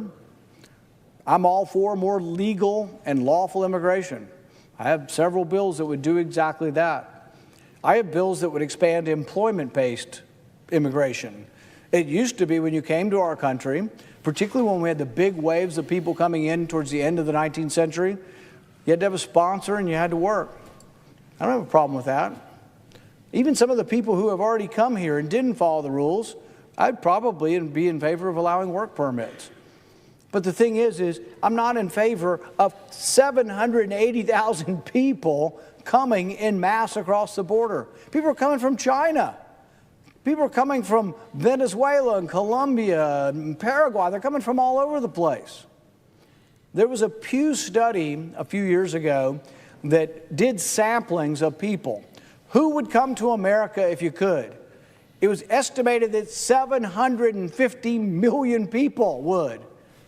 Do you think we can take 750 million people all at once? You think we can double our population? No, there has to be some planning. There has to be some periodic sort of obstacles. There has to be a lawful way to come into this country. So I've been for expanding the lawful pass. I've been for expanding employment-based immigration.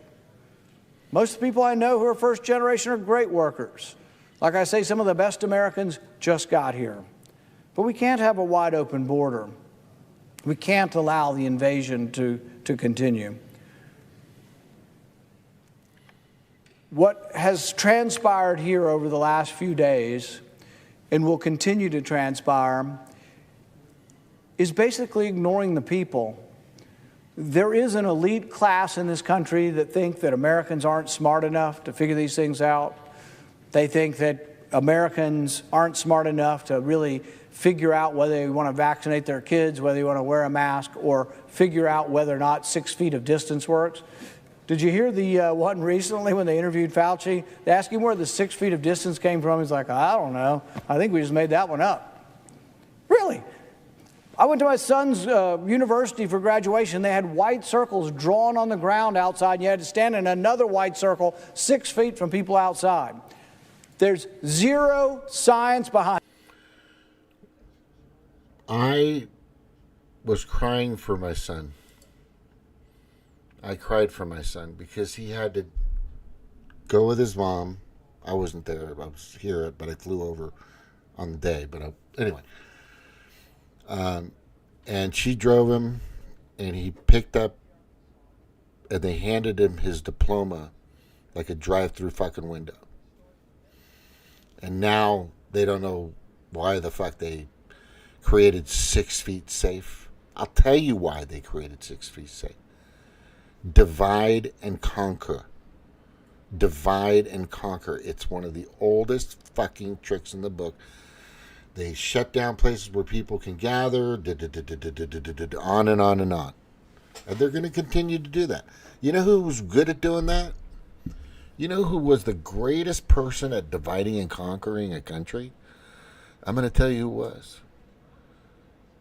Fucking Adolf Hitler. He was the best at doing it. Him and his fucking team.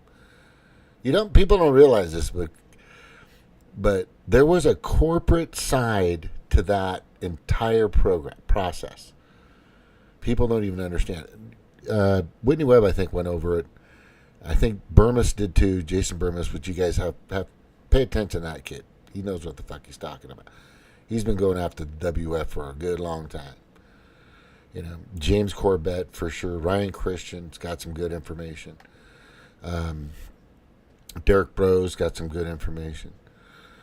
Who else? And a few others. Some newcomers that came out. You know, Beauty and the Boomer. Good. Love that show. Good team. Got some. They put it together right. And some people fell off the planet. You know, Jamal with political soapbox. He fucking just went full on Pfizer, just crazy. You know, Mike Figueroa, he fucking, the Humanity Report or whatever, he fucking went south too. Fucking Graham, man. Graham and I, we were just about to do an interview together, and he brings on this fucking chick who starts pushing the fucking Kool-Aid onto everybody. Right after he talked to Whitney Webb, which was fucking crazy to me. Right? Fucking crazy to me. Doolittle or Doolittle or something like that. This attractive looking black woman who was a doctor who was pushing the fucking the things. The Kool-Aid that people were putting in their arms. Just totally and absolutely. I go, dude, what the fuck are you doing? It's like he got paid. Next thing you know, he's out of all this money. He's moving out to Hawaii. I wonder where he got that. Anyway, Ron Placone. You know, and I never heard Lee Camp redacted tonight. Never really attacked Big Pharma or, you know, or the World Economic Forum. Really strange. And then people said it was because his girlfriend was like FBI or something like that, which I was concerned about. But he's back on, and he's got some good information. And I think he's changed his tune. You know, it's really sad that all the people that fucking went in that direction. It was amazing to me. Taylor had a wardrobe malfunction. She had a diaper on. She is really a male. Did that happen?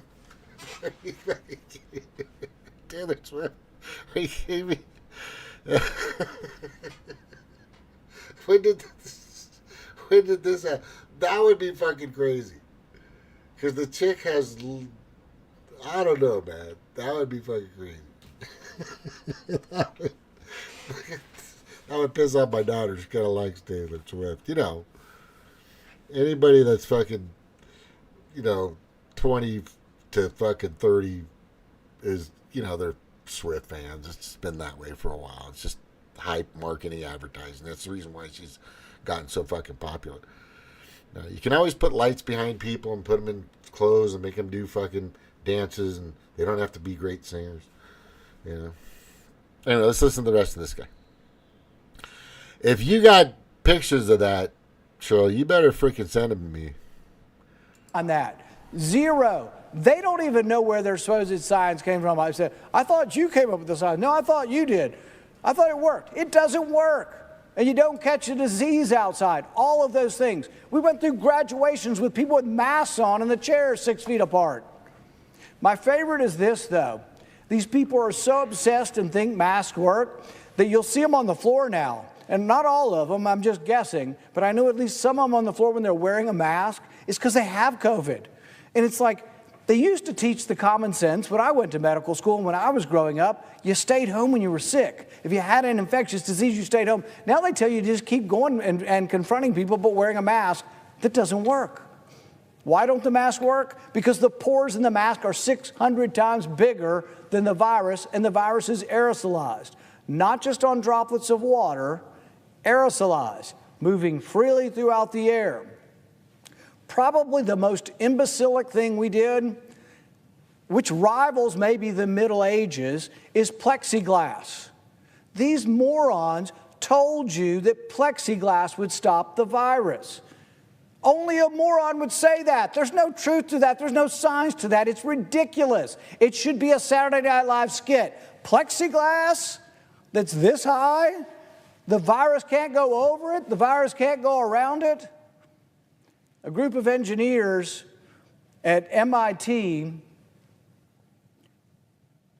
looked at this and looked at patterns of flow, and I can't say that I know that this is right or not, but they conjectured actually that the plexiglass actually made it worse because the lamellar flow of air was actually disrupted by these things, and your filtration systems, which actually probably do serve some value, were interrupted by the plexiglass. But that's what we live through. But these are the people who inflicted these things on you believe that you're not smart enough to make your own decisions.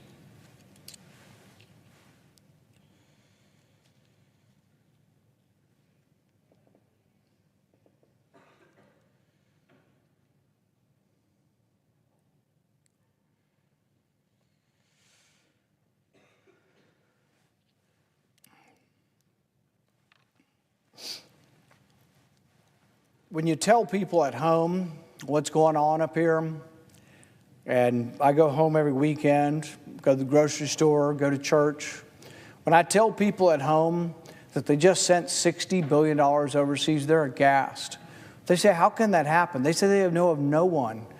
If I'm in eastern Kentucky, I could be talking to a fireman, a policeman, city councilman. They come up to me spontaneously and say, we have problems here in our country. We can't pay for the basic functioning of our country. Only 2/3 of the spending in Washington is paid for. An entire third of it is borrowed. And yet they want to send money to a foreign country to deal with their problems. Shouldn't we try to take care of our own country first? Shouldn't we try to do something to actually, quit the destruction of our own currency? How do they get away with it? It's incredibly unpopular. If you were to take this position in my state and ask everybody in Kentucky, how many of you think that we should send $100 billion overseas and do zero for the southern border? Not a penny, not one policy change, nothing for the southern border. How many people believe that? In my state, it's close to zero.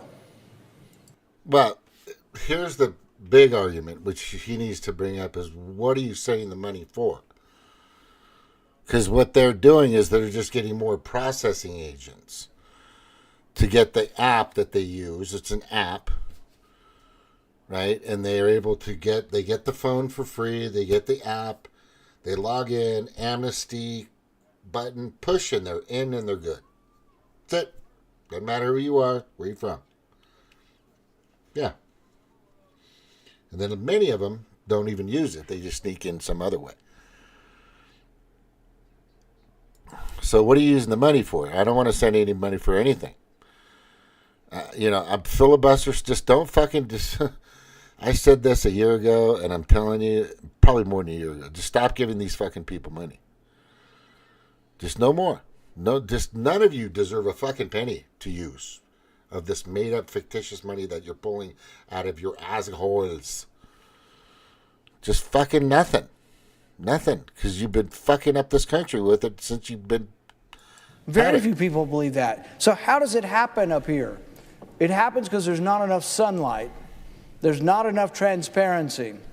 So that's part of what a filibuster is. This is a talking filibuster today. And the reason we talk is to try to broadcast this message, to get the message home so they can send us better people.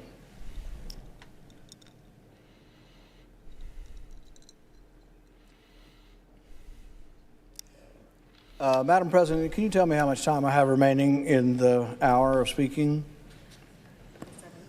The senator has 27 minutes remaining. All right.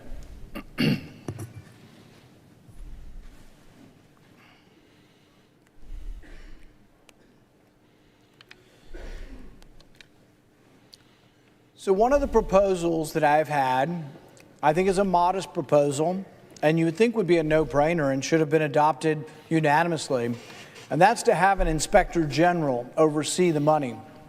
We've been doing this in Afghanistan for 20 years. Now, we still spent nearly $2 trillion in Afghanistan over 20 years, but at least there was someone trying to... An inspector general, kind of like an IRS agent, right? a certified public accountant who reports on everything, on where this money's going, how it's being spent, what's it being used for, what product did it create, what weapon of mass destruction did it create, who's being funded, what company, why. We don't have any of this. Money's just being thrown over. Money is being thrown over to these people. Like, it's... You ever seen a cement truck come up? It's got the big rotating thing. The mixer, that's the mixer. And it's got a spout that comes out the back as it's turning, right? And the spout that goes down. Well, they open up that spout at the very bottom, and they just, at the top, and they just let all this fucking money just come pouring out. And they fill this corporation up and that corporation up, and these global pedo-predator class motherfuckers here, and these global pedo-predator class motherfuckers over there. That's what they do. They're just giving it to whoever. Here's some for you. Here's some for you. Just remember to send some back to me. You know what my Cayman Island account is, right? You know what my South African account is, right? You know the account number for that. And you know what my Swiss bank account is, correct? Right? You know the deposit boxes. You know. And that's it. It's total fucking money laundering, looting, stealing, rigging, theft.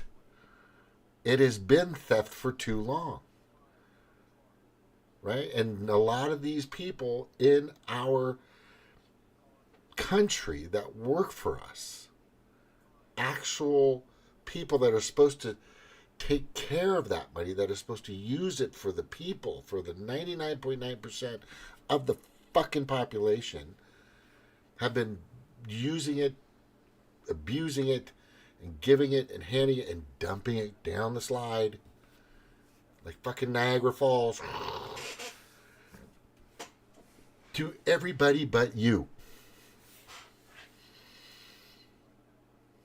Everybody but you. He's got a couple minutes left. Watch. Because in times of war, a lot of things happen. They talk about the fog of war. Sometimes there's atrocities, sometimes there's killing of civilians, almost always. But there's also a lot of stealing. There's they have a name for it. It used to have a bad connotation, war profiteer. But it happens. In Afghanistan, there was a hotel being built. It was being built across the street from our embassy. Did he just say war profiteer on Congress? In Congress? Look at this guy, dickhead over here. Boo, more booze. These are a bunch of fucking Demoncrats, right? Getting their buddies to come in and boo. That's all you got is boo. Who else is washing their laundry tonight? No clothes aboard. No clothes aboard. Yeah. Embassy. It was framed out. It was halfway. It was at least started. You could tell it was going to be a hotel. And as it was being built, somebody said, "Wow, it looks like they'll look right down into the courtyard of our embassy." And somebody said, "Wow, wouldn't that be a safety risk?" And other people said, "Yeah, I think you're right." And so the construction slowed down when they evaluated the possible safety risks of building a tall hotel looking down on our embassy. Meanwhile, the guy who had the money fled to Jordan with $60 million. I think it was going to cost $80 million. They put about $20 million into it, and it was left there as an eyesore. And my understanding, it was eventually torn down. How did we know about this? Because we had an inspector general. The inspector general is called a SIGAR, Special Inspector General for Afghanistan Reconstruction.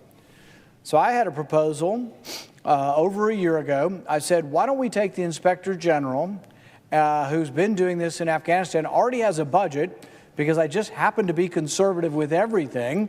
And I said, we don't even need a new budget. The guy's already got a budget. He's got $10 or $15 million in his budget. Why don't we switch him over from Afghanistan to Ukraine? I've told absolutely Everyone I know about it, when I go home, I mention it, people mention it to me. I've not heard of one person who's opposed to it. I've not heard of one person who would be opposed to having an inspector general. So we voted on it. The other side almost universally voted it down, and some on my side voted against it. Why? Because the inspector general has a history of finding waste. They don't like him. I picked him because he apparently is good at his job. He has a whole series of maybe 50 to 100 economists, accountants, people used to looking at war spending, and he finds the people wasting it. He writes a book on it every year. One of the waste projects that he found was a natural gas station. And this is the kind of ludicrous stuff that people at home don't know about. And this is stuff the other side sticks in everything. Everything's got to be green. We're going to make the military green. So they decided they wanted to have a natural gas station in Afghanistan. You have to realize this is a country where a lot of the food is still cooked on open fires and people ride burros, not natural gas cars. But they built it. They spent $45 million building a natural gas station 30, 40 miles out from any military site. Couldn't be protected. But then they discovered another problem, and I guess maybe they hadn't thought this through. They wanted to go green, and they wanted to get rid of the internal combustion. They wanted to go to natural gas and away from gasoline. They were going to solve climate change in Afghanistan, a country of open fires. So they built this natural gas station for $45 million. But lo and behold, you know what they discovered? Nobody had a car that ran on natural gas. So, never to be deterred, the wastrels of American spending said, let's buy them cars that go on natural gas. We got a gas station. We got to get them cars that run on natural gas so we can cure global warming in Afghanistan. So they bought them, I think, 24 cars that ran on natural gas. But they didn't think this one through either. The people now had a gas station that delivered natural gas to their cars. We gave them a couple of cars that ran on natural gas, but they didn't have any money. So we said, let's get them a credit card. So they got them credit cards to buy the natural gas. We have a gas station, natural gas cars, but now here's your credit card. They didn't think that all the way through either. It turns out that people were still killing each other in that part of the world, and it was too dangerous for our soldiers to protect. So when one of my staff members asked to see the natural gas station, he was told by our soldiers, too dangerous to see it. So as you can imagine, this natural gas station now looks like, if you can imagine an inner city gas station with the copper pipes torn out, you know, anything that's of value torn out of the ground, that's your natural gas station in Afghanistan. That's your $45 million, and that's war. Even with an inspector general, we found out about it. Can you imagine what war is like with no inspector general? Now, the other side will say, oh, the Department of Defense has an inspector general. Well, yeah, they do. This is the Department of Defense that's missing a couple $1 trillion worth of equipment. This is the Department of Defense that says they're too big to be audited. So I would say that we have to be a little bit wary of just saying, oh, the Department of Defense will watch this money.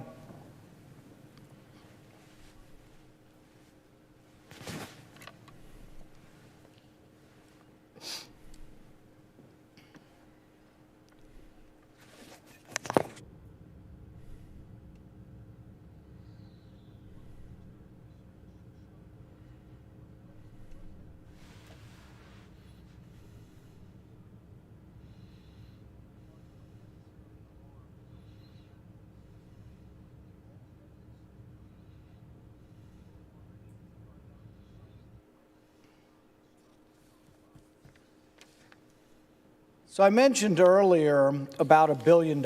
You know, what is $1 billion? So $1 million in the palm of your hand is $1,000 bills. If you have $1,000 bills, it will be 4 inches high, would be $1 million. $1 billion is more difficult to visualize. But to put $1 billion into perspective, 1 billion seconds ago, Reagan was starting his second term. 1 billion minutes ago, the Pantheon was being completed in Rome. 1 billion hours ago was the Stone Age, over 100,000 years ago. But $1 billion ago, at the rate we're spending money, just a little more than 2 minutes ago. Now that's $1 billion. See, you wonder how bad things are around here. We used to think $1 billion was a lot of money. But now we have trillion. We have $34 trillion. I remember when George W. Bush was president, it was $5 trillion, and it went to $10 trillion. I was like, gosh, this is terrible. This is a Republican administration. Then when Obama was president, it went from 10 to 20. Then when Trump was, it went up 7.5, 8 in 4 years, even at a more alarming rate. Each president's been worse. They've all been bad. Well, Congress deserves some of the blame, too. It doesn't happen without Congress, but the money's going crazy. But we're up to about $1.5 trillion. So I looked this up this morning. I wanted to know if you stacked $1 bills and you wanted to know how big 1.5 trillion is. Well, if you take 2 years worth of debt, that's $3 trillion, and you want it in $1 bills, the $1 bills would stack all the way to the moon, over 230,000 miles away. We're starting to talk about a bit of money here. But it's not just the overall debt. When they pay for the debt, the Federal Reserve dilutes the currency, and the currency becomes worth less and less. But also what happens is our interest rates increase over time. So under George W. Bush, we went from 5 to 10 trillion, and we doubled the debt from 5 to 10 trillion. In that period of time, the interest rate was cut in half, so interest rate really wasn't a lot worse. But we finally, I believe, have lost the ability for the Federal Reserve to suppress interest rates. Interest rates have risen, and interest payments have doubled. We're on course within the next year or so to have interest rates become the largest item, pushing out and crowding out other spending in the budget. Mark my words, this $100 billion will add to that problem, and I think is absolutely an utter mistake and an insult to every American that we ignore the invasion at our southern border in order to send money overseas. I reserve the balance of my time. All right. So there it is. He made a lot of sense, revealed a lot of things that most of us already knew. If you've been paying attention to this channel, you know most of that. But there are some things that I think either he's not willing to talk about, or doesn't want to talk about, or can't talk about.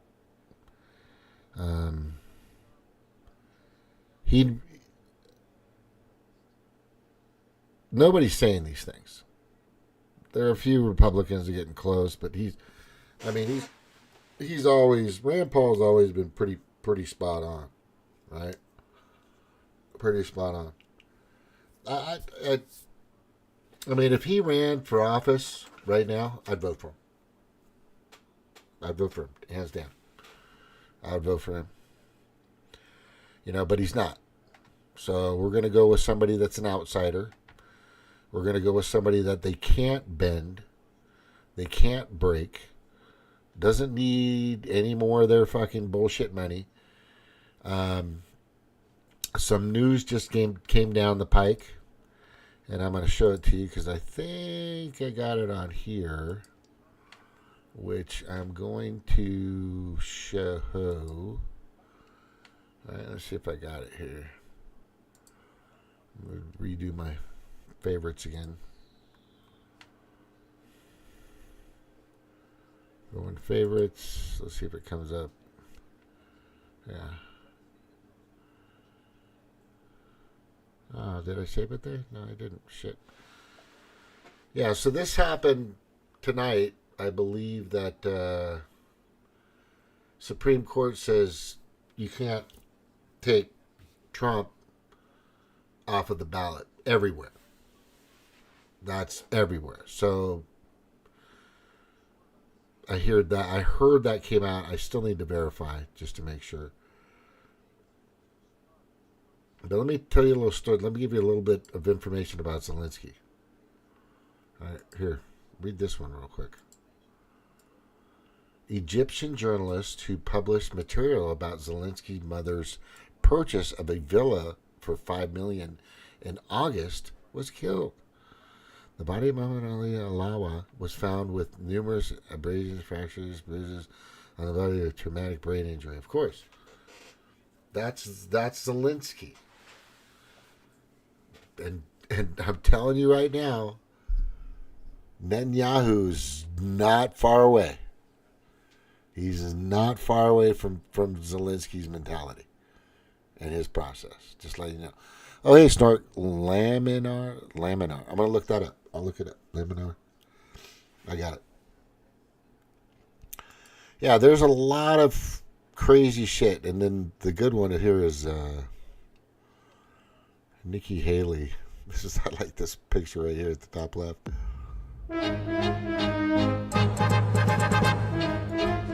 I thought that was good. We'll just leave on that note. Nikki Haley on her way to a contractor meeting. God. She's getting a lot of support. A ton of support. I'm going to play this because I got to tell you, this is hurting her more than helping her, and I don't even think they realize it because they want people to infiltrate the Republican vote. Let me show you what I'm talking about. Rand, good job, buddy. Okay, so let me go to the history real quick. I had it here. I think I watched it for a little bit.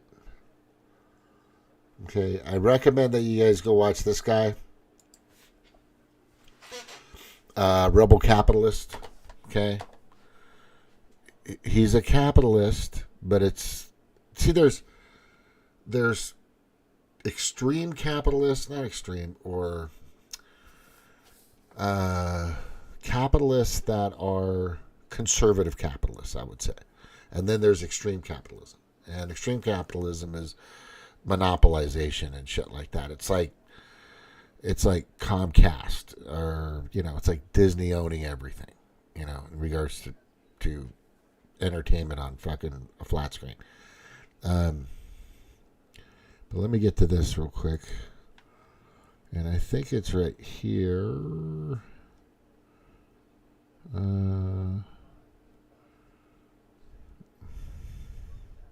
I know I played it, and I know I watched it. Where is it? Talking Post fuels the fire. Oh, right here. Yeah. Here it is. It's going to be a fucking commercial. Watch this.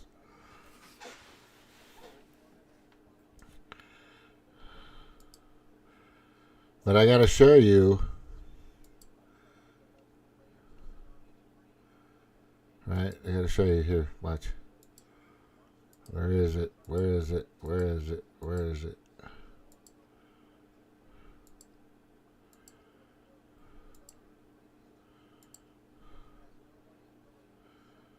Oh, it's in here.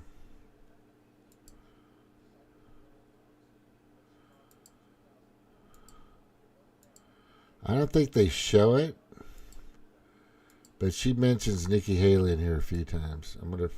I think that's right here. Right here. Here it is. Wait. Should I go? Things wrapped up at their big meeting on Saturday. But then on Sunday morning, Trump went back on Fox and said about Ronna Romney McDaniel, quote, "I think she did okay initially in the RNC. Is it time for Ronna?" Oh, they're going after Ronna. Mess. Okay, hold on. Already decided they're state Republican. But apparently that will need primary debates candidates to participate. Oh, that's not the one. This is the one about Ronna. Okay, I got this one. But anyway, you will see her talk. Let me just check. I'm going to fucking look. We have breaking news. We have what did she say? What did she say? We have breaking news, as we mentioned, could happen at any moment. Trump has just requested a stay before the Supreme Court of the federal election case. Lisa Rubin is back with us and reading this as we get it. So you've had about a minute and a half. What have you processed in that time? One of the things I think it's important for our viewers to understand. He won it. Look at her. She's all, oh. Would have their First Amendment rights violated. best. Reasons. Let me step back for a second. There's some questions about how certain justices would behave here. And yeah, these fucking assholes, I swear to God. Oh, here it is, man. A middle finger to the military families. Now they're using military families. These people are just fucking amazing. They have no fucking morals. You know? God. Where is it?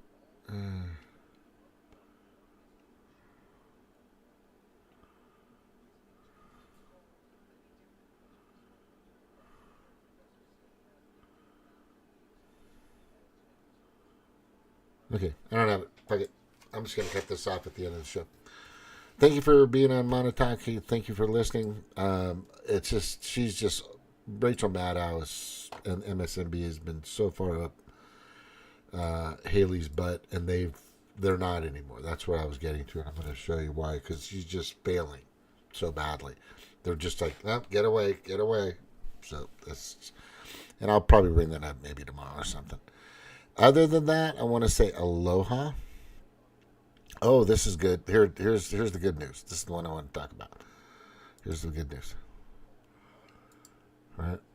In a unanimous decision, the U.S. Supreme Court just took a step forward in gutting the administrative state. Specifically, they just ruled against the Biden administration in a case that revolved around the central question of whether or not people can sue federal agencies. And while the Biden administration was making the argument that federal agencies were immune from these types of lawsuits, well, the U.S. Supreme Court rejected that argument and has now opened the door quite widely for many more lawsuits to be filed in the near future. And so let me back up for a quick moment and explain what this case was all about. To start with, most of the people watching today's episode probably already know what a credit report is. It's basically a running that consumer agencies use when determining whether or not to lend money to you, or whether to do business with you or not. Now, back in the 1960s, people's credit reports were different than they are today. First of all, they were quite secretive, meaning that the bankers or the credit lenders, they could see what was in your report, but you were not able to. Yeah. So that's a good thing. So we can go after the government, because they were trying not to make that not happen. So that also opens the door for lawsuits in regards to people that were Kool-Aid injured, if you understand that terminology.